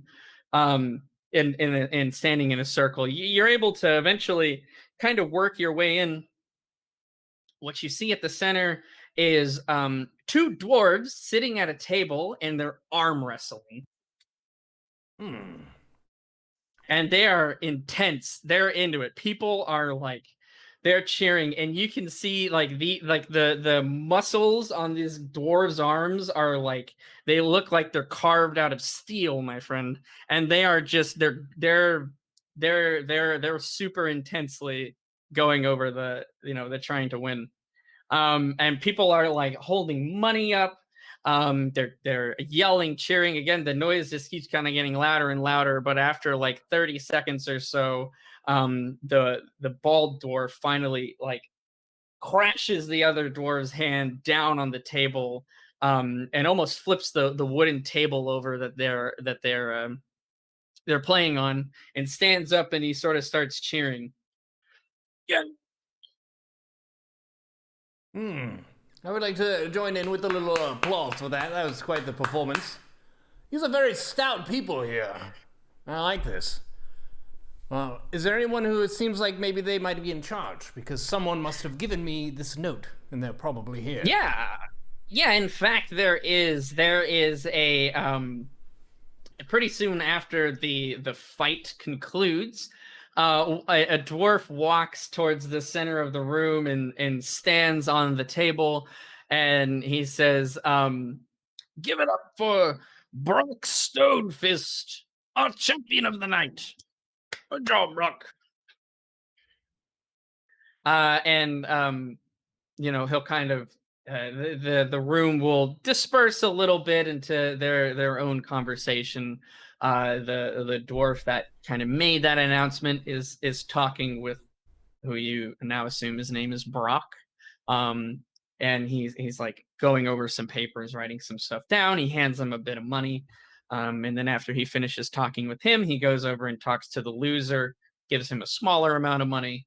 And he kind of just is talking to the various people around him. I would like to speak to the leader, good Sir Dwarf. My name is Khaal, the Kenku Barbarian, and I received a note in my quarters to come to this tavern at midnight. Is there a way that I'm able to compete in some kind of contest? As soon as you get his attention, his face kind of lights up, and he'll pat you on the arm and kind of give you a friendly, I don't know, grab, I guess. I don't really know. But he'll go, "Yes, of course, Carl. I was the one who told them to send you the note. We'd be honored for you to join us here in our little club. You fancy yourself a strong bird? Well, this is the place where you can prove it. I heard tale of your adventures, and I knew I had to get you to come and join us here. We'd be honored for you to partake in this contest of will and strength. Have you ever arm wrestled before, Carl?"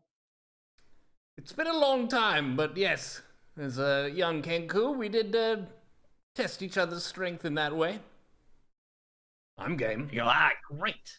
Then you're familiar with the techniques. So many people think this is just a savage sport where brute strength is all that matters. But there's a lot of finesse that goes into it too.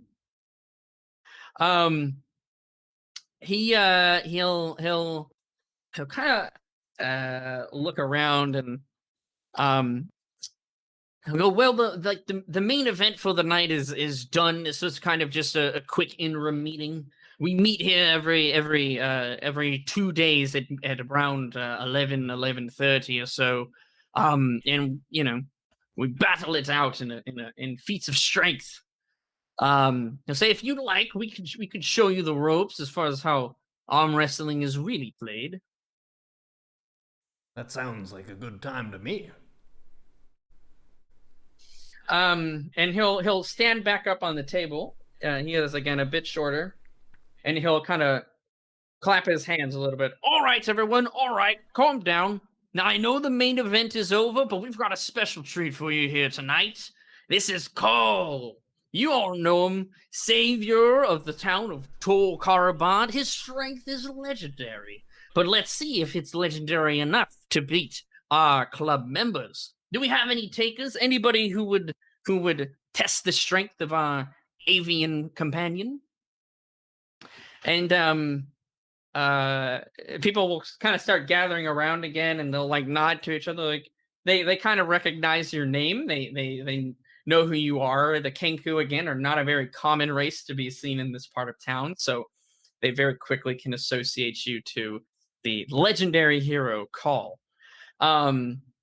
And a dwarf raises his hand. Give me a quick perception check there, Khaal. We'll see if you catch on. Perception 21. Yeah, you notice that this dwarf has no thumbs. And he'll say, I'll challenge the hero's strength. And the leader on the table will kind of nod his head, and he'll go, very good, very good. Give it up, everyone. Slate Marshall is coming down to challenge our friend. And he'll go, take a seat. And he'll hop off of the table, and he'll pull up a chair for you, Khaal, and Slate Marshall will sit opposite of you. And he looks like a fairly friendly dwarf. I mean, none of these guys look like they're evil or anything like that. But he looks serious, He takes arm wrestling seriously, and it's just something he's proud that he's a part of. And so he'll wait for the leader, the ringleader dwarf, if you will, to get everyone, and he'll say, now normally we do bet for a little bit of money, but as this is just a friendly competition, we'll waive the fees. This is purely just a show match, everybody. Now, hands on the table. Khaal, are you a righty or a lefty? Right. All right, good. And he'll go, okay, Slate, you know the drill. Khaal, what you're going to do. This is the rules, just in case you're curious. You have to have your elbows planted on the table. If ever your elbow rises from the table, you are considered disqualified from the match. If the back of your hand hits the table, you are disqualified from the match, or you lose rather. And if you are able to get the back of your opponent's hand to hit the back of to hit the table, then you are the victor. To aid with this, some new players do request the tie, which is tying a strand of rope around the contestant's hands, just to make sure that you don't make any blunders or technical errors. Sure. If I may just prepare myself a little bit mentally, can I have a moment? Of course, okay. You can do as you choose. Khaal the Kenku, the barbarian, the thickest, biggest bird. He's the thickest, biggest bird. I would like to go into a rage. Okay, do you do that song? Yes. Okay, fantastic. Yeah, so you go into a rage. What's no, okay. Not at all. I'm checking, man. I'm just checking. Okay. Yeah, you kind of build yourself up. You do this bit of a little rant. You do a rap, and then you bellow out a cry of barbarian rage. People are kind of like, okay, yeah, all right, sure, why not? Everyone has their own technique.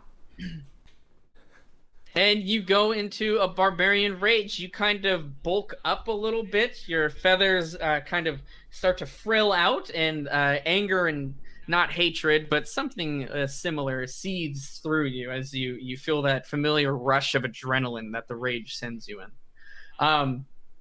Slate, roll an intimidation check. Actually, Khaal. This is an involuntarily done.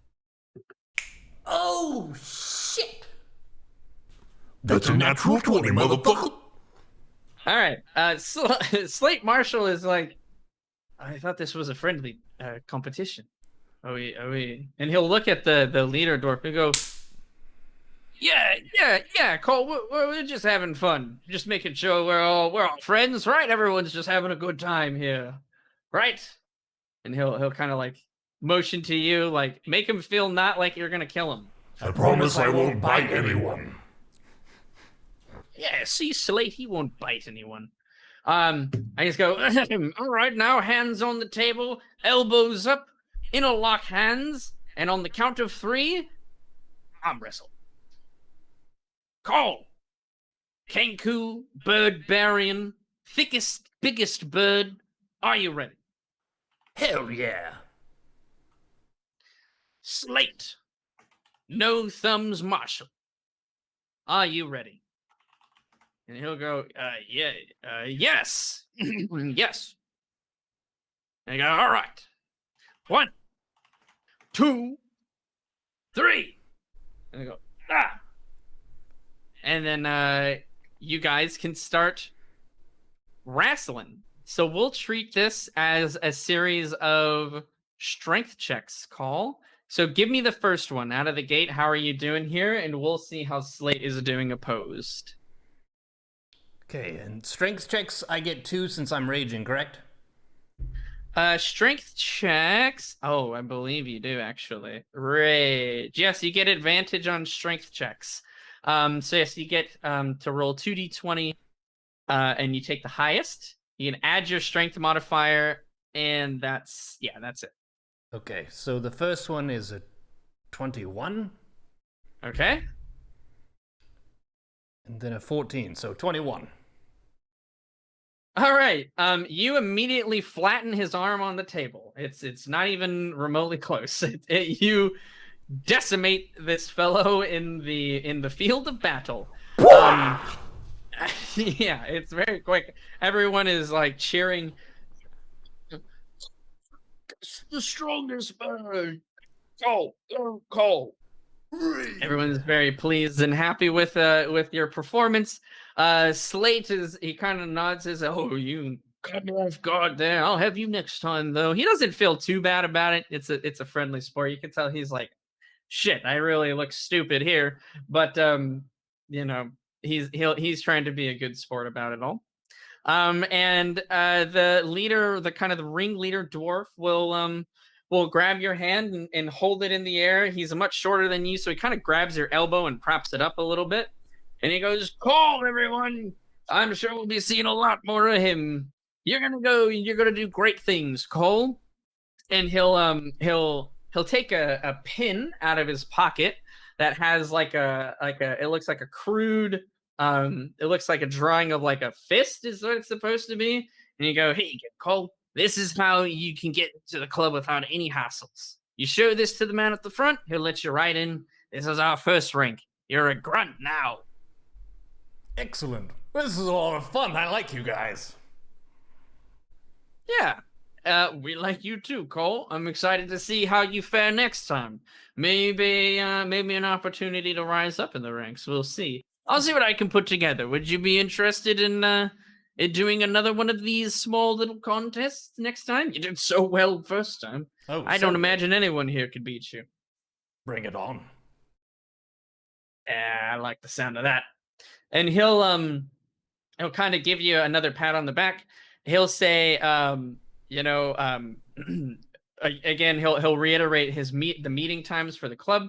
It's every 2 days at midnight at this tavern. So he'll kind of, again, clap his hands, get everyone's attention. Oh, that's it for night, folks. We got some extra bit of excitement with the first show match from Cole. He's agreed to do another tournament, another little contest for us next time. Be back here in 2 days, everyone. And don't forget your money if you want to make a little bit of coin. And yeah, he'll kind of just disperse everybody, and everyone will kind of on their own walk out of the room and be as they are. You totally crushed this guy. I didn't think he was going to do that badly, but he rolled very badly, and you rolled very well. So I came into it fresh and hot, and I'd been rested. This whole escapade didn't injure me as much as the others, so I feel like I was a little bit ready for some action. All right, excellent. We'll go ahead and put your personal story on hold there and head back to Mendax. Mendax, it is the same night that we left off on. Smiggles is finished puking his guts out and returns. He's looking a little green. The other dwarf has just been chit-chatting with you, talking about, you know, all the different types of ale and alcoholic beverages that are available in the city and what they have here specifically. And yeah, Smiggles will come back. And you're like, wow, you can really hold your beer. Obviously. And you know what else I can hold? My sausage. And I would like to be compensated for the sausage you stole. We'll talk about it later. I've not forgot. Smiggles, you dirty sausage thief. He'll say, fair enough. I thought maybe you had some performance enhancers slipped in there or something, and I can see that clearly that's not true. Rest up for the night. Come meet us here tomorrow, and we'll take you to our boss. Okay. I think you'll be interested in what we've got going on. I'm very interested. Before we part ways, though, Smiggles, I feel kind of bad, but he's passed the fuck out on the table. So I feel like I could ask now, what's your friend's name? I'd totally forgotten. He'll like look at his friend. He'll scratch his head for a second, and he'll like he's like you know, passed out on the table, right? He'll grab his hair and lift his head up to look at his face, and then he'll kind of just like let it go and drop his head back down on the table. I go, oh, that's Deacon. He's a fucking idiot. Poor Deacon. I'm gonna like try to gently pat his head, but I've had ale, so I probably smack the shit out of the back of his head. But as gingerly as I can, I would like to touch the back of Deacon's head. Yeah, sure. So you kind of like, we'll call it hard pet, you know, like yes, a cat. I would... Like, Smiggles, you know it'd be like really funny though. what's that? Is if Leave it. we took his shoes. If we took his shoes while he's passed out, and then he'll wake up and he won't know where they're at, and I'll have the shoes. Huh? I mean, if that's like your thing or something, I don't really care. This guy Okay. owes me gold anyways. You Well, can take check the his- bastard shoes. You check his pockets for gold. And I'm going to take his shoes. He'll kind of shrug and he'll go, he'll pay me back. I don't need to take it from him. He's an Okay. idiot, but he's an honest idiot. Well, kind of. It's complicated. Okay, that's fine. You do you. I'm still going to take his shoes though. Fair? Fair. Whatever. So I'd Yeah, like to you take his. Deacon's shoes. Okay, sure. You go to take his shoes. You can see he's actually only wearing one. What the fuck is wrong with... Okay, well, one fucking shoe does me no good, but I'm going to take the shoe off, Uh-huh. and then I'm going to chuck it across the room. Okay, yeah, sure. Give me a dexterity check. Let's see how well this throw goes. I'm very upset about this. 7 plus 6 is a 13. Okay, yeah, Yeah. you take the shoe and you chuck it into some random corner. You see, and it hits the head of a dwarf who is sitting at the table. And he kind of stands up and he rubs the back of his head and he turns around. He was kind of sitting like picnic table seating, if you will. And there's a guy, like he's sitting on one end over here. There's a guy sitting behind him, and he'll push him. He'll go, "What the fuck for?" And then they'll start kind of getting into it, and a bar fight will ensue very quickly. Okay, at that point, I would like to skedaddle out the front door. Okay. Yeah, you do so. You make it out very quickly, and you do so kind of just in time, as the entire bar has now become this overly loud ruckus of a fight. Neutral good, everybody. Well, I'm drunk. I wasn't aiming for his head. It just happened. Smiggles, well, who are you talking to? What is happening? She's talking to her Smiggles. conscience right now. Shh! I'm talking to the one on this shoulder. The one on this one. This one's done enough talking. He'll say, "Are you gonna be all right? Like, getting back to wherever you are you gonna be all right?" Smigs. Can I call you Smigs? I'm going to call you Smigs. Smigs. No. I'm fine. Smigs, we're good. I'm good. Where are we meeting up tomorrow so that I can meet your boss? Yeah, just at this bar tomorrow, mid-morning. We'll make it late morning. I was going to say mid-morning. You already threw up. Let's be realistic about things. Let's say late morning, luncheon at latest. He'll go, "Are you sure you're okay?"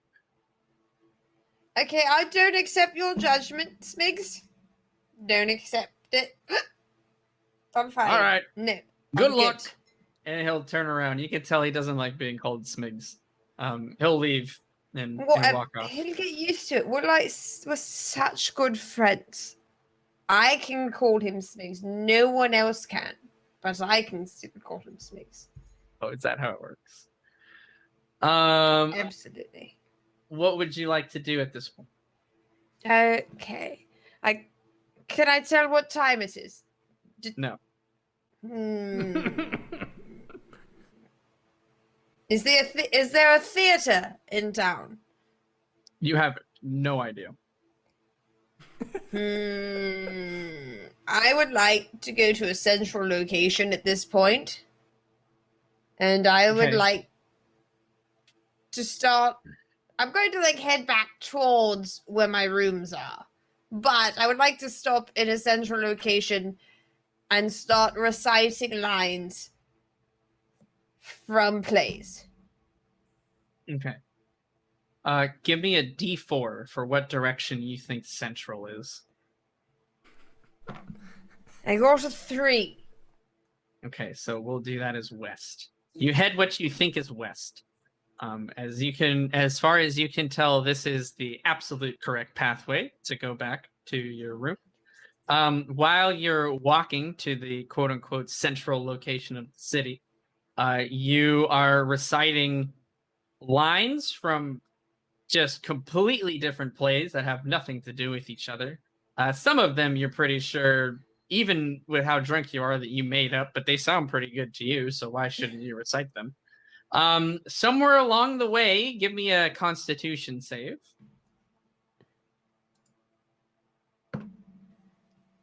Uh, 10 plus 3, 13. All right, you go to sleep. Just at some random location.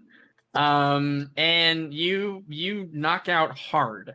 It is I guess a restful sleep, but you're literally sleeping on rocks and concrete. So yeah. You sleep for some approximate amount of hours. Let's see how long that is.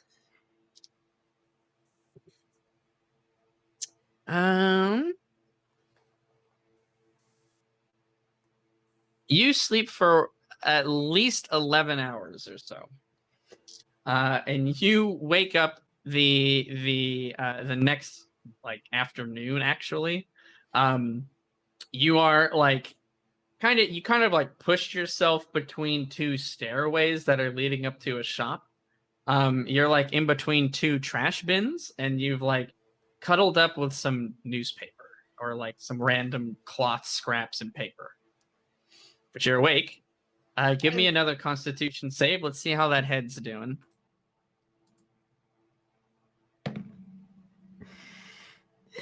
I got a 1 plus 3, which is a 4. All right, it's pretty rough. It's not doing well. Again, you open your eyes.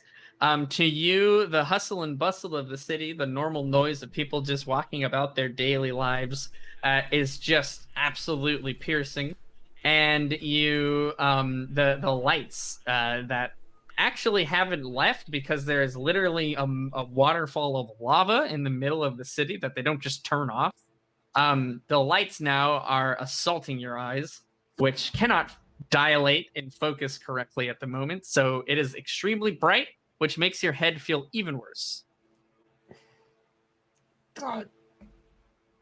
Damn it. Okay. No, I'm fine. I'm fine. Wake your fucking ass up, Bendax. You've had worse. Okay, I would like to push myself up out of the garbage and see if I can't get my bearings as to where the hell I am. You can't tell. You've not really walked around the entire city, so this is still a very foreign place to you. But you can't tell exactly where you are. It's going to take you probably a solid 15, 20 minutes in your state to actually figure out like, oh, okay, you know where you're at. So you take the time. You're very, very, very slow at progressing. Everything hurts. Your head hurts. Your eyes hurt. Your stomach hurts. You're just very unhappy and uncomfortable right now. But after about 20 minutes or so, you figure out that you've gone to the south side of the city that you have not been to before. And you get your bearings and you can kind of figure out and you start recognizing some areas. You see the two golden statues now, and you're, oh, okay, now you know kind of exactly where you're at. So, yeah, you can tell you slept for a very long time, but you don't know exactly what time it is. Are there any people passing by that I could... Oh, yeah. Okay, could I just gently call out to the nearest person? Excuse me, but could you tell me what time it is and also what day? Well, we're just gonna go and say they have like regular weekdays. He'll say it's Friday. It's early afternoon. Oh shit. Can you point me in the direction of the tavern closest to the large statues? I don't remember the name. He'll like this is like 11 o'clock on a Friday. Someone who is clearly still probably a bit drunk is asking where the tavern is. He'll, yeah, it's that way. And he'll point towards, you know, the like northwest end of town. Probably is that one. Thank you, good sir. Gentleman and a scholar, and I would like to slowly and cripplingly walk off in that direction to find the tavern because I've got to meet up with Smigs. Yeah, you stumble off in the way that befits someone who just drank some hardcore dwarven ale. And you, in a zigzag motion, make it to the tavern, which you still have failed to collect the name of. Um, you you kind of stumble inside and catch yourself on a chair nearby, and Smigs is standing at the table, and he'll go, "Oh, fucking finally! We're late. We've got to go. Come on. I was just about to leave without you."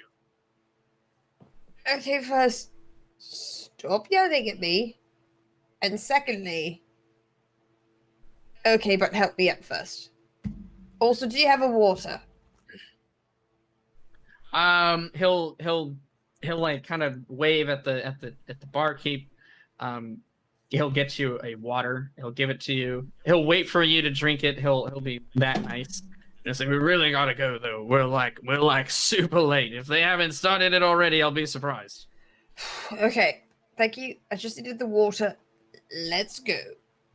Okay, give me a Constitution save and a Dexterity save. Actually, give me the Dex save in a second. Let's see what you get on your con save first. Okay, the con is a 19, 16 plus 3, so 19. Okay, that's And pretty the good. dex So you can make a Dex save without any disadvantage. is a 7, but plus 6, so it's a 13. All right, you're able to walk around at a decently humanoid-looking level. You still struggle a little bit, but you're able to walk around unassisted, and that's a big accomplishment for you right now. Yeah, he'll kind of see that you're able to support yourself, and he'll start walking off towards the south end of the city, actually, the direction that you were coming from. And he'll lead you more again to the sort of domicile ring of the city. You can tell that the south side of the city, there's no like slums of the city, but if there was going to be some like back alley looking area, it's the south end of the city. He kind of leads you through some abandoned buildings, and eventually you come up to what looks to be like a house that's embedded into the walls of the city. And he'll take out a key ring and he'll unlock the door. Come on. Again, we're fucking late. We've got to go. and he'll like usher you in. It's not like dark, but it's very dimly lit. Again, it's dusty. It doesn't look like anyone's really kept the house up to date at all. And he will lead you up the stairs and to another pair of doors. And he'll open those doors, and you'll step inside what is like a fairly decently sized looking common room at the second level of this house. In there's probably about maybe 15 people or so. Several of them are just kind of hanging around on the different furniture. This room does look a little bit more kept up with, it's not as dusty. There's no cobwebs like there were downstairs. It looks like people actually care about this room. Everyone is their own brand of ruffian, if you will. They all look like outlaws, essentially, right? They don't look like a nice person that would work at a flower shop. Several of them have scars. Some of them are missing hands. Many of them have different types of tattoos. You recognize a couple of them as some different thieves guilds, and even some that bear the mark of like hired killers and things like that. So you are at this moment in a room with probably several wanted people in the world. But Smigs, as he so endearingly decided to call him, will go, "Okay, well, no, like they ain't started yet." I thought I just want to whisper. I thought I was just meeting one person. They ain't started what exactly, Smigs? And he'll like start explaining to you. He's like, "Oh yeah, they're going to. It's time for the contest."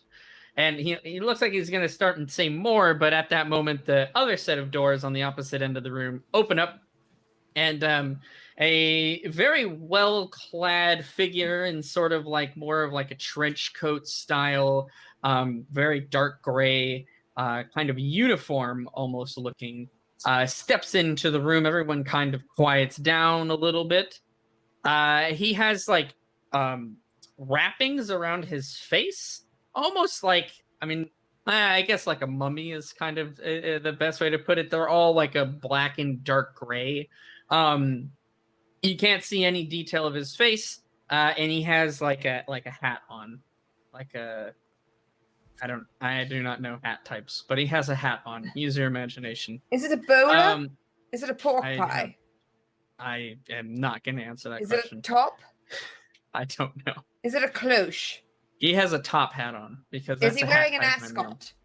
No, he's not. No ascot on this guy. Okay. He steps into the room and he goes, "Welcome, gentlemen and ladies alike, to the annual, well, contest, I guess is the best word for it. Pleased you all could make it. I see some new faces. I see some returning faces from last year. This one's proven to be quite a fun tournament for us all to have to liven up the off months, you know, when there's not as many we'll say guild missions for us to do. It's kind of dead, stale. It's a bit boring, if you will, but that's the whole reason why we started this damn thing. Who here is unfamiliar with the annual thievery? I'm going to look around and wait to see if anybody else raises their hand. Does anyone else raise their hand? That's a good question. Yes. I want to help myself. Like 2 other people raised their hands. Okay, after they raise their hands, I raise mine, but just a little bit, like, you know, like. Okay. Sure. He'll go, fantastic. Welcome to all the new bloods. I'm sure you've all been vetted quite extensively by, other members of the guild. If you don't know who I am, well, let me very quickly introduce myself. My name is Decigi.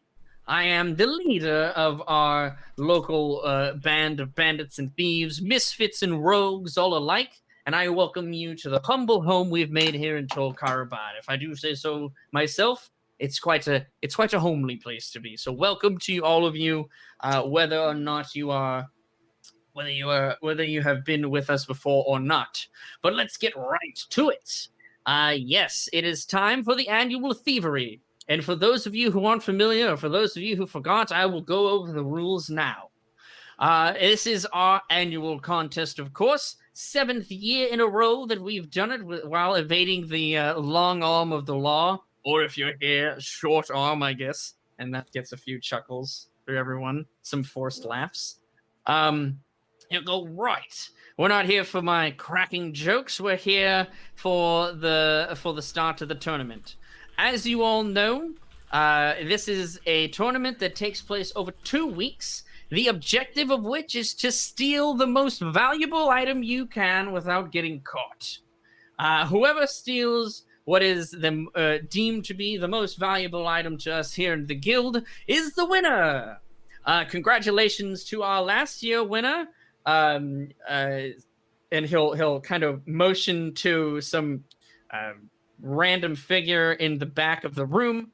It's another female. If she's a human, she kind of does a low bow, and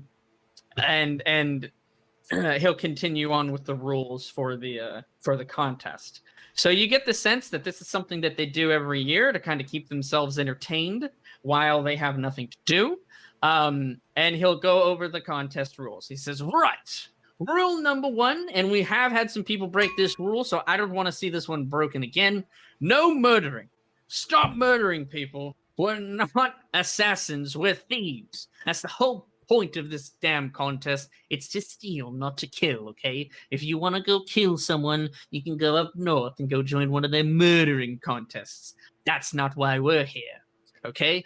Rule number 2. They only can submit 1 item. I don't care if it's a whole collection. You have to qualify 1 item to turn in as your entry for the contest. Rule number 3.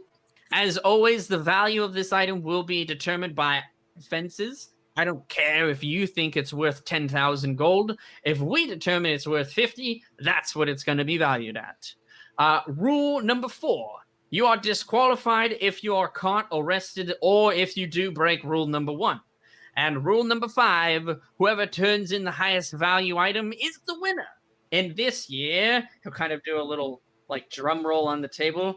We have a bag of vanishing powder. Ooh, vanishing powder. And people actually do kind of perk up at that. You being a thief and a rogue are familiar that this is a really sought after item for thieves, rogues, assassins, no-gooders, no-gooders, I guess that's a word, in general. It provides temporary invisibility for the user. It does have a maximum number of charges, but it's a very expensive item to get your hands on, so you want one of those. Oh, how do we get the vanish? How do we get that powder? I'm whispering this to Smigs. Okay, he'll say, well, I mean, you got to win the contest. That's how it works, right? Oh, that's the prize. I thought he was just offering it as part of the contest. Like, no, why would he? And they get it the contest. Well, I don't know. Sometimes people, you know, would you run track? Some people have the inner lane. Okay, some people are a little bit further ahead. I'm just saying. No. So that's the prize. That's understood. You got it. You're following along. Are you sure you're okay? Spigs, I swear to God, if you ask me that one more time, I will vomit on your shoes. Listen. Second of all, fair enough. What did the human girl who won last year? What did she steal? He said, or he kind of looks back at her. She stole the fucking crown. So I don't know how we're gonna top that this year. From fucking Stumpy. Yeah. Crazy.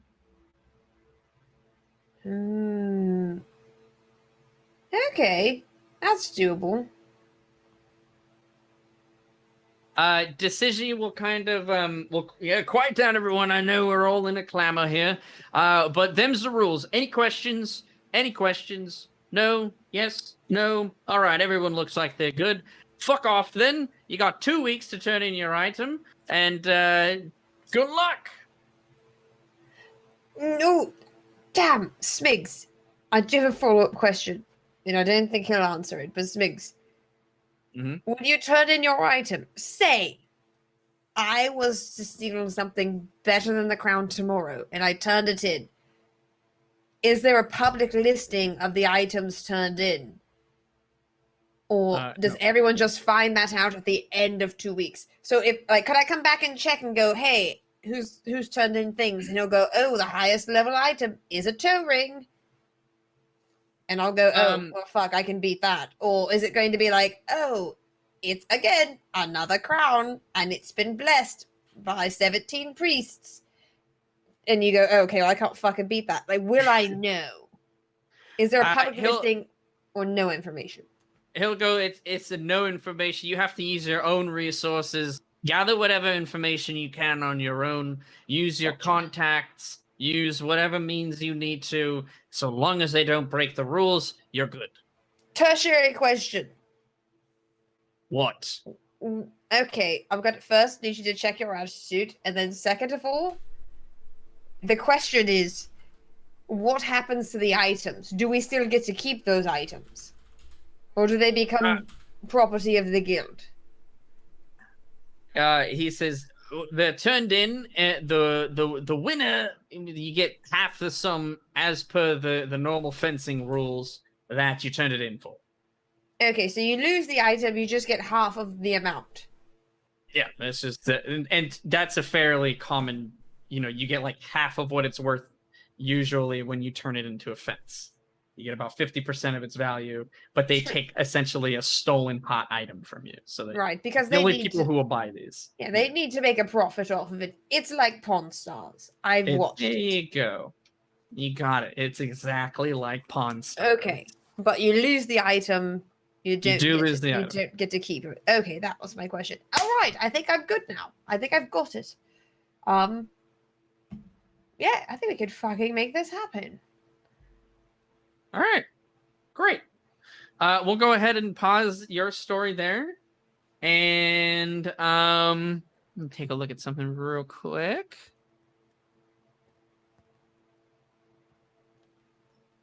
I'll just ask you guys, how are we doing on time? This is normally about our stopping time.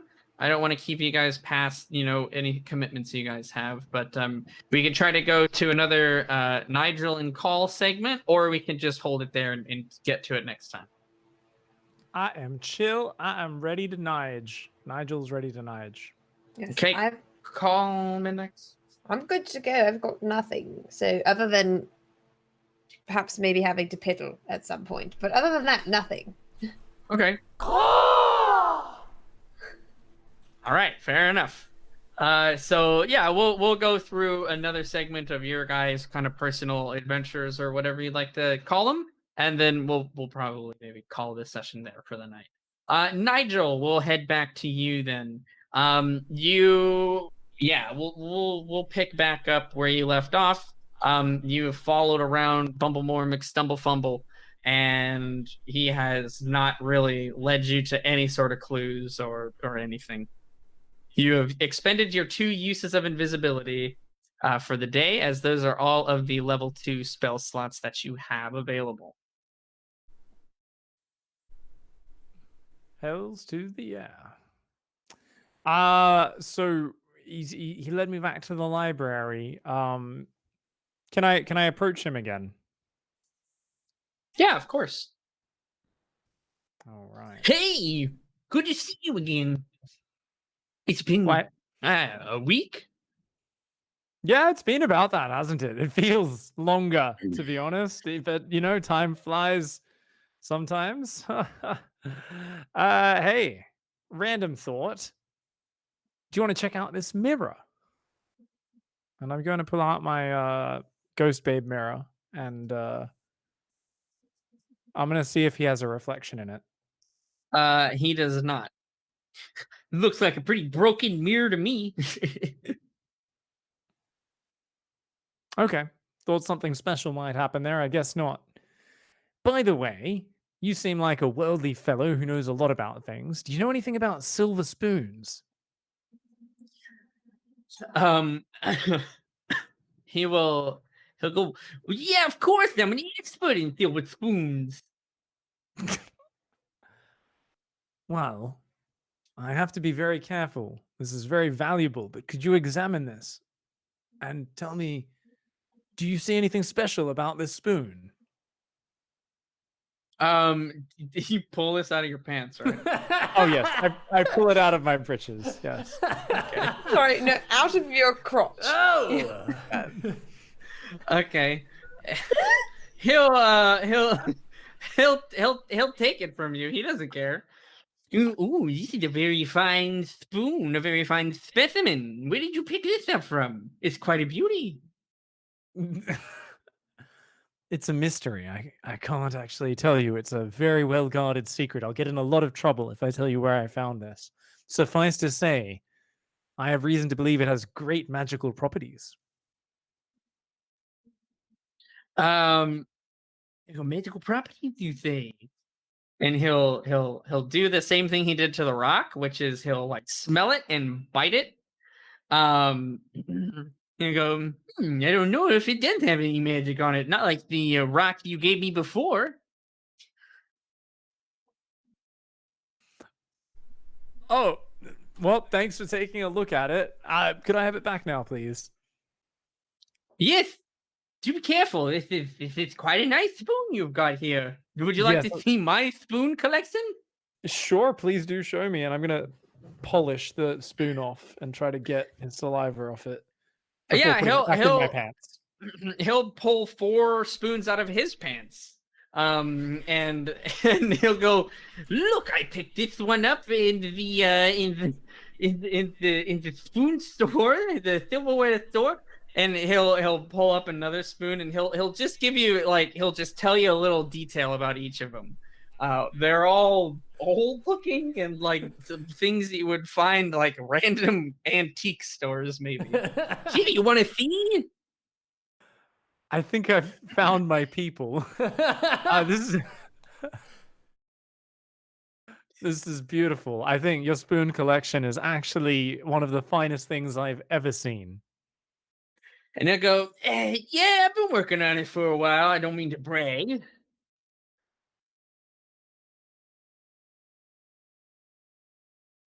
Ah. Oh, all right. Well, I guess I better get back to trying to find that magical store using that map of yours. I did have one small question. Mm-hmm. Which Yes. cat Which what? on the map it says cat? In between drunk hair and secret. Which cat Oh, am I looking for? uh, I don't know. I was never able to find the store. But, so you didn't make this map? No, I found it in a book. Wow. That's quite enriching. You know, I started this adventure here, meeting you and going down this beautiful adventure of trying to find this store. And at the time, I was quite lost and downtrodden in my work. But suddenly, it seems like delving through dry manuscripts and transcripts and books actually seems like a much more exciting and productive use of my time. So, unfortunately, Bumbledore, I must leave you and get back to my work. But it's been great making your acquaintance. And yes, do you need any help getting your wand fixed, by the way? I did notice it does look a little broken before I go. And he'll pull the wand out and he'll do like another little cantrip. And it'll do some fireworks in the air that says, "Nope, it's fine." Well, it looks quite Thanks, functional. though. Oh yes, it works very well. Not Good to be luck with your outdone, research, young man. I'm also going to shoot some shiny lights out, and it's going to look twice as awesome as his. I'm going to make it much shinier, more bright lights, and go, cool. He'll go, "Well, that's pretty good. Let me know if you need some tips, though." What what would I need tips for? Oh, I mean, yeah, it's just that was pretty good, but I've been doing this a long time, so like my fireworks are really good. They were quite good. Well, thank you. It was good meeting you. I'll talk to you later, and I'm going to walk away. Bye. And he'll leave. Yes, I'm going to go back to the books now, and if I happen to come across anything that can help improve my illusion magic at the same time, I may go on a slight sidetrack to make sure I can make prettier fireworks in future. But other than that, I'm going to just go back and continue my research and see if I've kind of had something sparked after this very enlightening diversion. See if my brain has in some way found a way, and if I can find a way to get to that memory on the edge of my consciousness of trying to remember exactly what I've read in the past about this sorts of battery and essence storing metals. Yeah. You delve back into your research in your books. We'll say that kind of another few days pass by. You do take some breaks to you take a break from studying this material to do some illusion studying as well. You make sure that your form is perfect. You really pride yourself on your illusions. You become a little bit of a snob about it. You kind of, I don't know what the hell that guy was talking about. And you kind of continue on that direction. You feel like you're getting closer, but you're just having a really just still a difficult time focusing and figuring out what that reference was. You've kind of narrowed it down. It's something that you read or heard or you just don't know exactly what in the tower that you lived in, though. So this isn't something that you heard out and about in the world.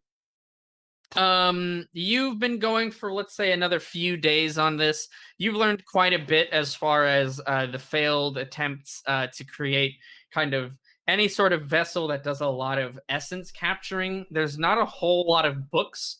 You've kind of exhausted a lot of the literature that the Dwarven Library has. They don't have a very extensive kind of catalog of books on this specific topic. So you have now gone back to kind of reading your own notes about it, writing down notes of your own as you feel like you're trying to almost research this topic yourself, and going through different mental exercises to try to like recall that information that you have forgotten, essentially.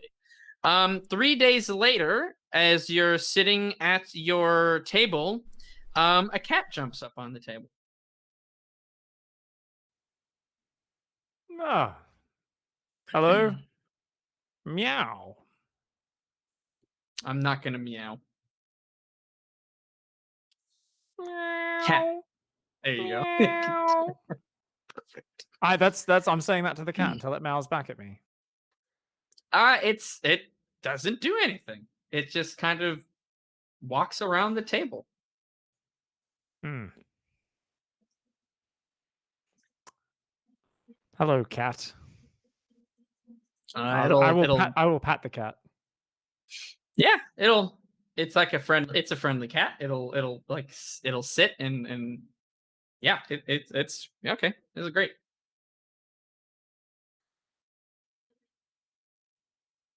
I'm going to examine my ring. It still has a symbol of a spider on it, right?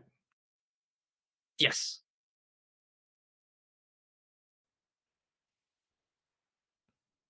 I'm going to once again try and Spider-Man, but this time the cat. And When you say Spider-Man, you're trying to like trying web to shoot attack.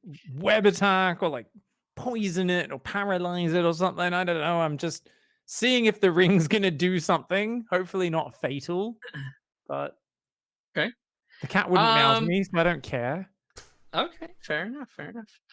You try to like activate. You're like you're trying to do different like whatever to get it to go. And you pour a bit of energy into the ring, and you do feel something start to kind of hum or resonate within the ring as you dedicate some of your energy to it. Ooh. I'm going to try and touch the ring onto the cat gently. See if it does anything. Yeah, the cat is kind of just staring at you and looks now very bored. You like approach the cat's face like very slowly. As you get right up next to it, the cat speaks. It says, "What are you doing?"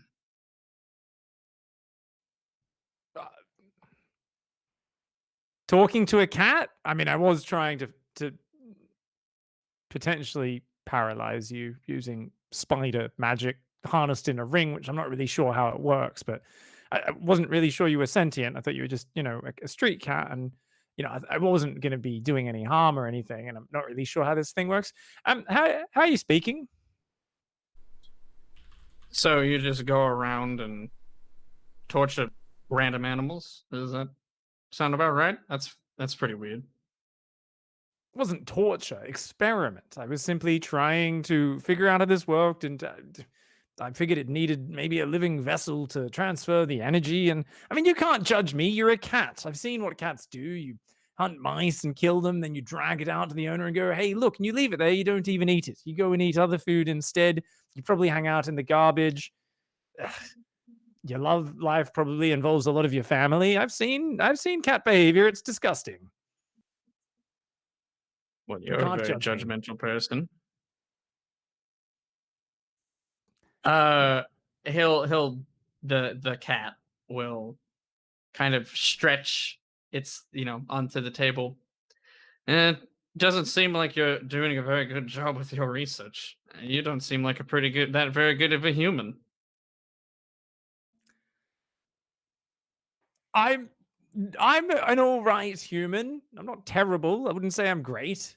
I'm still rather Well, confused, though. How are you speaking? Are you actually a cat? Is there an illusion here? I mean, you felt like a regular cat when I touched you. How do you speak? Yeah, you can roll an Arcana.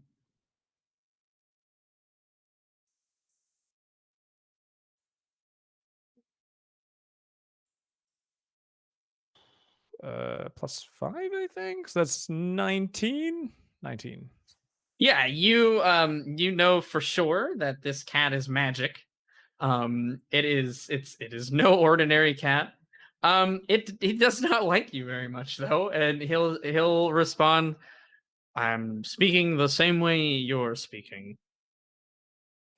Well, I mean, no offense, but normally cats aren't exactly. They don't have the same brain capacity as humans. Physiologically speaking, they've evolved differently as a simpler order of creatures.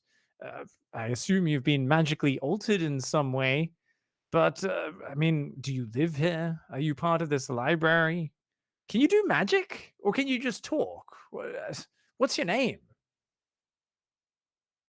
My name, Steven. That's a rather ordinary name, Stephen. My name's Nigel. I'm sorry that we got off on the wrong foot. I've been very frustrated here with my studies, as you pointed out. I haven't been making progress. I've been in here. My leg still feels like crap, and it smells like an old man's medicine collection for his special time. It's terrible, and it's really off-putting, and I'm rather frustrated. I'm sorry I've got a short fuse right now. Please forgive me. Well, that's better. Yes, I can gather you seem to be pretty frustrated. What are you reading, anyways? I'll show him the book. Which exact book am I reading right now? Yes, I can talk. I cannot read, Nigel. You can't read? Oh. No. Well, this is. Yeah, I it's will- some random. Yeah. The status of rocks and where they came from. Magical Yeah, it's some, reservoirs, an experiment in storing virility. yeah, and the cat will kind of. That sounds dull even for your kind. All right, well, I'm bored. Take care, Nigel. And he'll jump off the table and walk away. See you, Stephen. Hope to talk later. Am I going crazy reading these books, or is this the weirdest library I've ever been in? First, a homeless magician, bloody stumbling around, giving me. Apparently, he also keeps spoons down with his giblets. Now a talking cat, and bloody don't even know if I'm awake or asleep anymore. This place is an absolutely bizarre place. Can I still feel the energy in the ring? It has dissipated some after you've stopped focusing on it and you turned your attention to Steven the cat. Okay. Can I try to do that again? Yeah. For you, it feels very much so like when you expend energy on a spell. Are you going to devote as much energy as you do for that? You can kind of like play in between, not quite charge as much. What do you want to do? You going like full bore? A full first level spell. Okay. Roughly that sort of level. Yeah, so you sort of pour some energy into this ring, and it almost like you can feel it reacting to your focus. And as you do so, from the ring itself, it coats your hand in like a layer of what looks like green kind of like toxin or venom. And it starts to Ooh. like drip off of your hand onto the table. It looks like essentially like a pool of it is appearing in the palm of your hand, almost like from nowhere. And it's sort of like you're like I'm gonna protect the book, so I'm kind of just gonna let it start to drip on the floor next to me, next to the table. Does it seem like it's? And I'm just going to observe. So one hand dripping poison, the other one taking notes. How long does it last? I'm going to observe. Does it damage or corrode the floor? It does look like a poison, and I want to see if it's a truly created kind of summoned object, or if it's more of a temporary, something which is just going to disappear over time. Yeah, where the toxin or venom, poison, whatever you want to call it at this point, drips on the floor, there is an audible kind of hiss and crackle, and it looks like the stone in the ground is kind of dented where it's hitting, and it's almost like, kind of creating more of a rough texture. It's not like corroding through the ground immediately, but you can tell it's definitely having an effect on it. The whole experience lasts maybe like 5, yeah, well, we'll say like 10 seconds or so. No, I'm sorry, like 5 seconds or so. After which the poison stops pooling on your hand. And like it doesn't disappear, but it does start to kind of fade away and roll off like onto the ground. Well, that was educational. All right. Turns out I can use magical power and channel that into this in order to do it. I'm going to see if I can simply repeat the same process again with this exact same amount of energy. Yeah, you try to do so, you cannot. It's sort of almost like it is rejected. All right, we'll have to try again tomorrow. Cool. Well, at least I know how to make use of this now. Though I'm not sure if my non-magical friends will be able to. For the record, you have not expended any additional spell slots. Oh, really? Mm-hmm. Ooh. Okay. All right. I'm gonna kind of go cool. I can make poison, eat some food, and then go back to reading and trying to figure out what the hell these rings are actually made of, since using it still gives me absolutely no idea of how to take it off. Back to the research.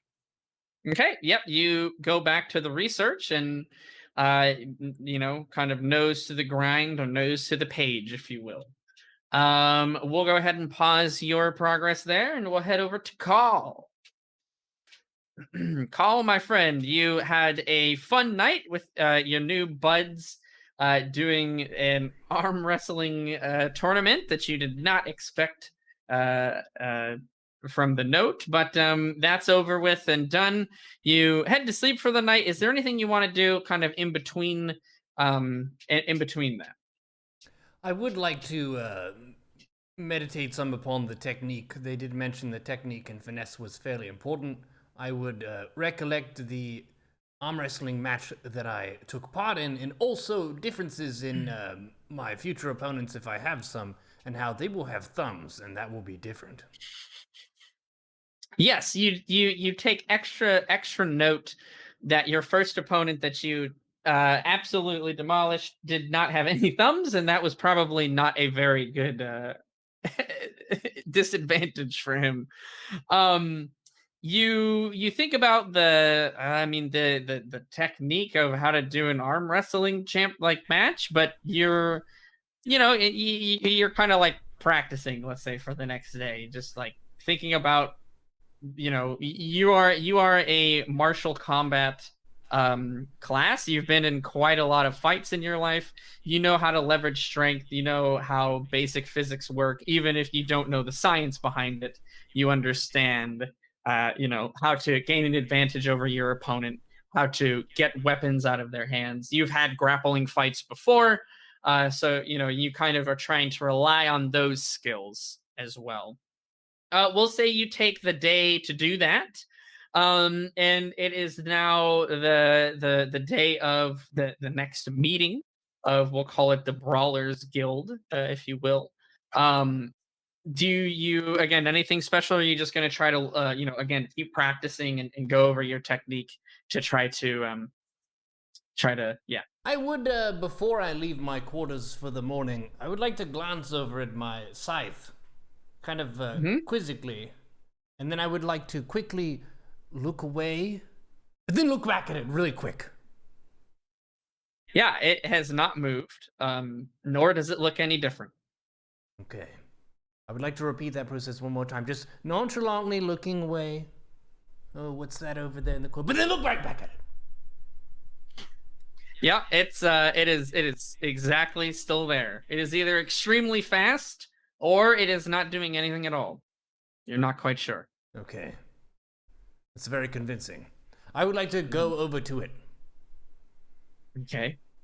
And You do so. I would like to pick it up, take it in my hands, and think about what happened last time it did that amazing Bat Raven thing. Yeah, you want to essentially activate it. Yes. Okay. Yeah, you understand the theory behind activating magic items. You have had some experiences in the past with again very mundane, but that do require an activation. Essentially, the process is you focus like energy on it, whether that means you're relying on your strength or you're just relying on your mental capacity itself. You pour in some amount of your own energy into this item, and that's how essentially magic items activate. So you want to do that? Oh, hell yeah. Okay. It will teleport you to a unoccupied square within 30 feet. Are you in your room? Yes. All right. Where in your room do you want to be? I would like to be outside the door. Can I go through things? No. Oh. You have to see it. Well, I would like to teleport to the opposite side of the room. Okay. Yeah. You pour in energy into this item. You do grasp like the basics of what it did last time. It shot you forward. And a very similar situation happens once again. Almost like onyx stone looking crows appear and like cloud around you, and then in one instant you're standing next to your bed, and the next those crows appear in that square on the other side of the room, and there you are. That is awesome. My halberd couldn't do this. I would like to It's true. feel rather accomplished and puffed up. My chest is out a little bit more, and I would like to put it back down. All right, you do so on the opposite side of the room. Yes. Yep. That is very good. I would like to go to the Brawlers convention. Sure. You take the day again, kind of lounging, practicing, eating some different food and such. So you kind of just relax. You try to rest your arm. You're not quite sure what's going to what you're expected to do tonight. But at midnight, you head back to that same tavern. And you want to just head back there immediately, or are you going to check in? How do you want to accomplish that? Yes, I would like to go in the tavern and also just kind of take one beverage, nothing too super strong, but basically to assess the playing field and see if there are any people who I might see as major competitors. Yeah, you head there a bit before midnight. He said that they start around 11 or so. You do see some familiar faces, but not too many. You assume that a majority of the people are probably already down in the basement. From the people you recognize from the last time you were here, it's a handful of dwarves. Their names you didn't get. It's a handful of humans. No one in particular that looks like they're that much of a competitor. Okay. Well, then I would like to proceed down the back way. I do have my pin still, so I think Yes, I you can do. present that to the barkeep or something. Oh yeah, he'll just kind of give you a nod, and you can proceed down the hallway and down the stairs once again, past the false door and into the room with everyone else. There are not as many people there right now, as it looks like it is kind of just starting, and people are kind of walking in at random times. That ringleader dwarf will come up to you. Cole, glad you could make it again. It's good to be here. I had a good time last time. Looks like I'll be ready for the main event, not coming in after. Yeah, it should be a good one. We've got some nice competitors tonight. How are you feeling, champ? Feeling strong, feeling pretty solid. Ready All to right, test you think myself. you're up for a bit of competition yourself then? Oh, yes. Excellent. Well, sit back for now. Enjoy the festivities. If you brought any money with you, you're more than welcome to gamble it. If you didn't, just sit tight and I'll come get you when it's your time. I blew all my money on potions. Okay. And he'll kind of like, yeah, whatever, sounds good. And he'll go back to what he's doing. It looks like he's like the organizer of the ring, if you will. And he'll introduce various different like they call them fights that are happening. The first couple are two different dwarves that kind of are going at the arm wrestling. The next one is a human that's going against actually a gnome. A very interesting matchup there. You're taking particular notes as you're watching about, again, the form, the sort of technique. You see that one thing a lot of people do is actually like hold the side of the table with their other hand. That doesn't seem to be against the rules, but try to get more leverage. It looks like it's really all about trying to just leverage the situation as best you can in your favor and get an advantage over your opponent and then swing them down. You understand the basic concepts of it. And finally, after the first few fights, the dwarf will stand up on the center table once again and go, all right, ladies and gentlemen, we've got another special one tonight. Welcome back to the table. It's Khaal of the Kenku people. Khaal, And they'll go, the bird. yeah, Khaal. And he'll go, put your bets in now, put your bets in now. And his opponent tonight will be the mighty, the massive Krog, man-eater Krog. And they'll go, ooh, Krog, ooh. And from sort of the back of the crowd, this big orc will step through. And he'll kind of plop down on the other side of the table opposite of you. And he'll kind of like, he'll look menacingly at you. I would like to sit very comfortably in my chair.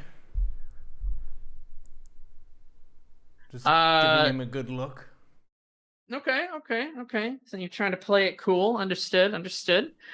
He will, the dwarf will try to get everyone wild up. You know, he's trying to get people to spend their money. It's going to be a show match like you've never seen before. Two titans fighting each other off in the true test of skill, test of strength, arm wrestling, mano y mano. And he'll like, put your bets in, ladies and gentlemen. Last call for your bets. And he'll collect and you know, 10 on Krog, 5 on Khaal. You know, there are people that seem to be spectators of the sport that aren't really interested in partaking themselves, but they get a kick out of watching the fight, essentially. So he calls off all the bets, and he'll go, Khaal, you remember the rules? Yes, I do. And he'll go, all right, very good. And he'll go, Krog, you remember the rules? And Krog will just, and he'll slam his fist on the table. All right, Krog, very good. Arms up in the center. I want a good, clean match. Tie off or no? No, I think we're gonna have a firm grip as it is. He goes, very good. And Krog, you can kind of see there's like drool dripping down from his like teeth tusks. He is quite strong looking. He looks like he would be a fierce combatant on the battlefield. You're not sure how you'll do in this time. You're not intimidated. You know, you trust your strength, but you are definitely not like, okay, this is no Slate, no thumbs Marshall. This is the next step up. and he'll go, Cole, are you ready? Give me one moment, please. Khaal the Kenku, the barbarian. And I would like to go into a rage. And in addition to being in a rage, I would like to, with the form of the demon, bring a little bit of extra fangs of my face, as though I were about to bite, though I have no intention of biting my opponent. Okay, sure, absolutely. You do your little ramp, which people they kind of are now anticipating a bit, and you take on again. Your whole body kind of bulks up a bit more. You look a lot more intimidating. Your muscles kind of stretch, and you go into a rage. And the dwarf goes, "Very good, Cole. Krog, are you ready?" And Krog will tighten his grip on your hand, and he'll kind of, and you can tell he goes into a rage of his own as his eyes kind of take on a more red appearance. And so you both are kind of like very brutally hulked up, leaned over and ready to go. And he goes, "All right, Krog, then on 3, it's up to you. 1, 2, 3, 4." And immediately you both enter a strength check. So let me get your first strength check.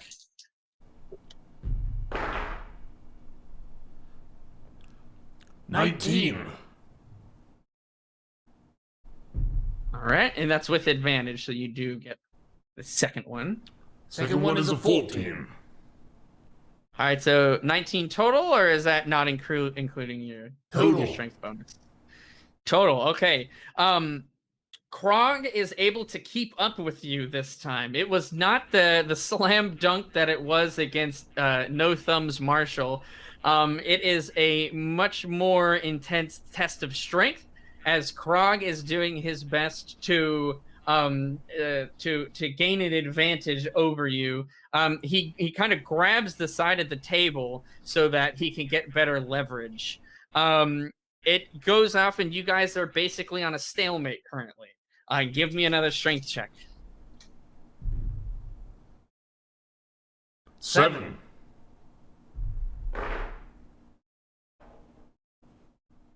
$22. Damn, 22. You're slowly gaining an advantage over Krog, and he's like gritting his teeth. You can almost hear his jaw like cracking with how much pressure he's putting on his arm and how much strength he's pouring into this this competition. He'll let out another, and but he is starting to lose ground. Give me another strength check, Call. 19. You're rolling really good. 9. So 19. All right, you are still very much so winning this fight. The table itself, you're starting to kind of hear the groaning of like the wood as you're both like putting as much of your body weight onto that focal point of the table as you can. You're both pressing down into this competition. Both of your guys' fingernails are like digging into the back of the other person's hand. There is blood going down both of the back of your guys' hands but neither of you seems to really care all that much as you're just so intently focused on this test of strength. Give me one last strength check. Let me see if you can seal the deal, Cole. Ooh, I don't know. 21. 21 twice. All right. Krog this time is actually able to do a little bit better than you're doing, Cole, whether it's the technique or whether he's just more used to how these matches go. He starts to push back on your hand. you feel that you're not so easily winning this one anymore. You redouble your strength. Both of your guys' arms are just like, looks like they're about to rupture. Give me another strength check. 11. All right. 20. Ooh, 20. The ground that you had lost from the sort of second wind that Krog felt has starting to be regained as the crowd starts cheering one direction or the other. There are shouts and screams for Khaal. There are encouragement for Krog. And people are starting to take the side of Khaal. Give me the final strength check to determine this match, Khaal. A 5. No. 6. Oh my goodness. You both are now dead even at the center of the table. Give me a strength check with disadvantage. You are both at your limits. This is Oh my. 14. And what's the second one? So disadvantage, so you take the lowest one. Oh, right. Mm-hmm. 14 was the lowest. I rolled higher. All right. It comes down to a matter of just outlasting your opponent, essentially, as you don't slam his hand down on the table, but you slowly, very slowly push his hand down, and in almost like just a tap, you just tap his hand onto the back of the table, and the crowd erupts in cheers for Khaal. There are 4 nail imprints on the back of your hand, Khaal, where his nails dug into your skin and injured you. The same can be said for him. You are both you are exhausted. It's like you just fought a tremendous battle. You poured all of your energy, all of your focus and strength into this one test of skill. Krog he lets out a oh, good job. And he'll hold his hand out for you to shake. I would like to connect with him a strong Roman handshake where you grab him by the forearm like this. Yes, he will.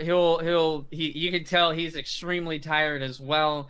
And the crowd is going crazy. They are so excited to see their new champion kind of rising through the ranks. The dwarf will jump up on the table. He'll kind of wipe it down from the blood that's now on there from your guys' match, and kind of stick the towel back. Yeah, they were digging so hard on the back of each other's it's not like a ton. Well, it doesn't. I mean, it can be just even a little bit longer, and it'll be enough to do it in this case. Regardless, he'll once again raise your hand up, Khaal, and go. Ladies and gentlemen, the winner, Khaal, for the second time in a row, undefeated. Who can take this Kenku down? And he will, he'll sort of, everyone will cheer once again. And he'll hop off of the table and go over to the bookkeepers and come back to you. And he'll hand you a small, pouch of 20 gold. And he'll go, hey, go Khaal, it's your winnings for the night. And he'll hand you another pin that has like a star that's above the fist. And you go, in your new rank, you're an ogre now. I'm actually a Kenku. You mean ogre is the title? Yes, you get it. That's pretty cool. I like this crew. And he'll kind of sweep his hand to the audience. And it's very clear they like you. Go out there, Khaal. Go meet him. Go meet the fanfare. What's up? What's up, Tol Caravan? They'll all kind of cheer and congratulate you, and a couple of the other veteran arm wrestlers. They'll give you some critiques on the style, and they'll tell you kind of how the how the game is played a little bit more, and sort of the theory behind how it all works. There are all kind of arm wrestling nerds, if you will, and they're very excited to We've got plenty to of talk to you. backseat arm wrestlers here. Backseat arm wrestlers ready to go. And yeah, they'll eventually, you guys mingle and talk and have a good time. There's a couple other show matches, none of which are as exciting as the one that you played, but it's fun to watch. Everyone's having a good time. And yeah, midnight comes and they all kind of disperse back to their rooms. Is there anything particular you wanted to try to do, or are you just enjoying the night? I would like to look over at the scythe again, and then look back slowly. Wait, but then look right back at it. It is exactly where you left it the first time. Okay, good. Now I would like to rest. You do so. You have earned yourself a good sleep. You have received some bandages to the back of your hand. That's one thing they recommend is those really intense brute fights. You should tape your hands. That's what all the pros do. Yeah, you go to sleep for the night, and I think that's honestly a pretty solid spot to end this week's session. We got through, the personal little adventures and stories, not all the way through for each character, but certainly a little bit of time. I'm excited to see how each of those develop and how you guys affect them. Yeah, I had a lot of fun. Did you guys enjoy tonight's one? A little bit different from the main type of play. You don't have to ask me. I'm a champion now.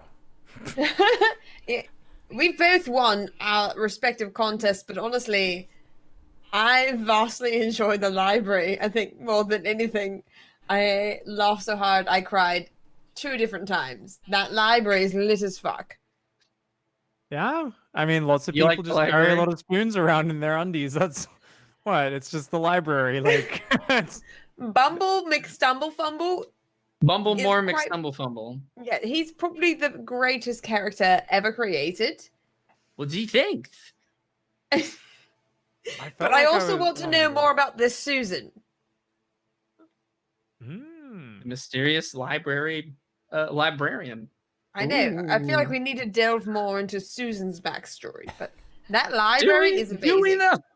I like the absolutely library. we do. Yeah, all right. Absolutely. And Steve. I really felt like I was back in school again. There was like a deadline, and I'm just like, any excuse. I'm like, yeah, I'm gonna follow him around the city invisible. Like, yeah, he's gonna be mysterious magic, and he's like, this dude wandering around in and out of stores doing random shit. I'm like, all right, I don't think anything mysterious is gonna happen, but I'm gonna cast another invisibility spell. Just follow him more. I'm like, just you never know. I love it. The random Mystery. schemer you follow around for hours, and the fucking magical talking cat, you're like, fuck off, go ahead, leave. He's a bit of a dick. Steven. That's true. Bumblebee was much Steven. more approachable. Bumblebee was friendlier, but then again, you didn't try to tase Bumblebee. That is true. Yeah, that's also true. I'm just amazed after literally the second episode, we kind of can actually use the rings now. So that's exciting. Oh, DM's just Yeah, been a like, little- "Wow, they didn't try to do anything with this at all. Idiots." We did nothing but look Hey, at them man. occasionally. That's okay. It's not like they're game breaking artifacts or anything like that. I mean, that would be silly. Well, I'm glad that you guys enjoyed your at least the beginnings of we'll call them the personal adventures. Always fun to do rather a little bit of individual character building and not all of you have to be attached at the hip at every moment of the campaign. What does Mendax do when Khaal and Nigel aren't around? Well, now you get to find out. She takes place in stealing competitions, apparently, which are a thing. So Apparently. And drinking apparently. competitions. yeah, you won the first one. Let's see if you can win the second Slays one. them Wow, so as it's the if there was ever any doubt. the Khaal, hidden how side did of you like? Mendax. Who knew? Yeah, I Yes, know, things right? been How drink did... a lot of alcohol. That's a brand new revelation. Okay, I thought I'd done told you last episode. If there's one thing Mendax can do, it's take pants. If there's two things, it's take shoes. If there's three things, it's hold her alcohol. Done. And watch Smigs the world burn no after chance. starting gigantic bar fights and then leaving. Yeah. That's how one does. You know. Bar fights I just saw spawn the shit. around you. You know. That's true. I will say I was How did- rather split on my decision about this strength potion. I got a strength potion right before going into a strength contest, but it was almost all the gold that I had, so I was kind of deciding, would this be a proper time, or should I rely on my own personal strength and save this for when it counts for the team? Well, you're gonna have to make that call on your own. I didn't even think of that. What an honorable. We already knew Khaal is an exceptional birdbarian. And you didn't even juice. You didn't even need to juice to win this competition. Not at all. You won it off of your own rage, strength, and abilities. And I could not, admire you more for that, honestly. I didn't even think about the potion. I mean, I think it just shows the honor, honestly. Because, I Truly. mean, after winning that, we saw the guns today, and I'm actually happy that we don't have to call you Khaal Armstrong, that you're not juicing your way through the competition. So, Oh! My God.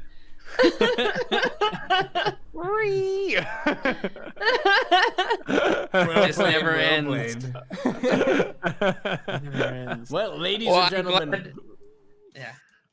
not next Thursday, the Thursday after that, Wayfarers, the lucky number 13 will be back.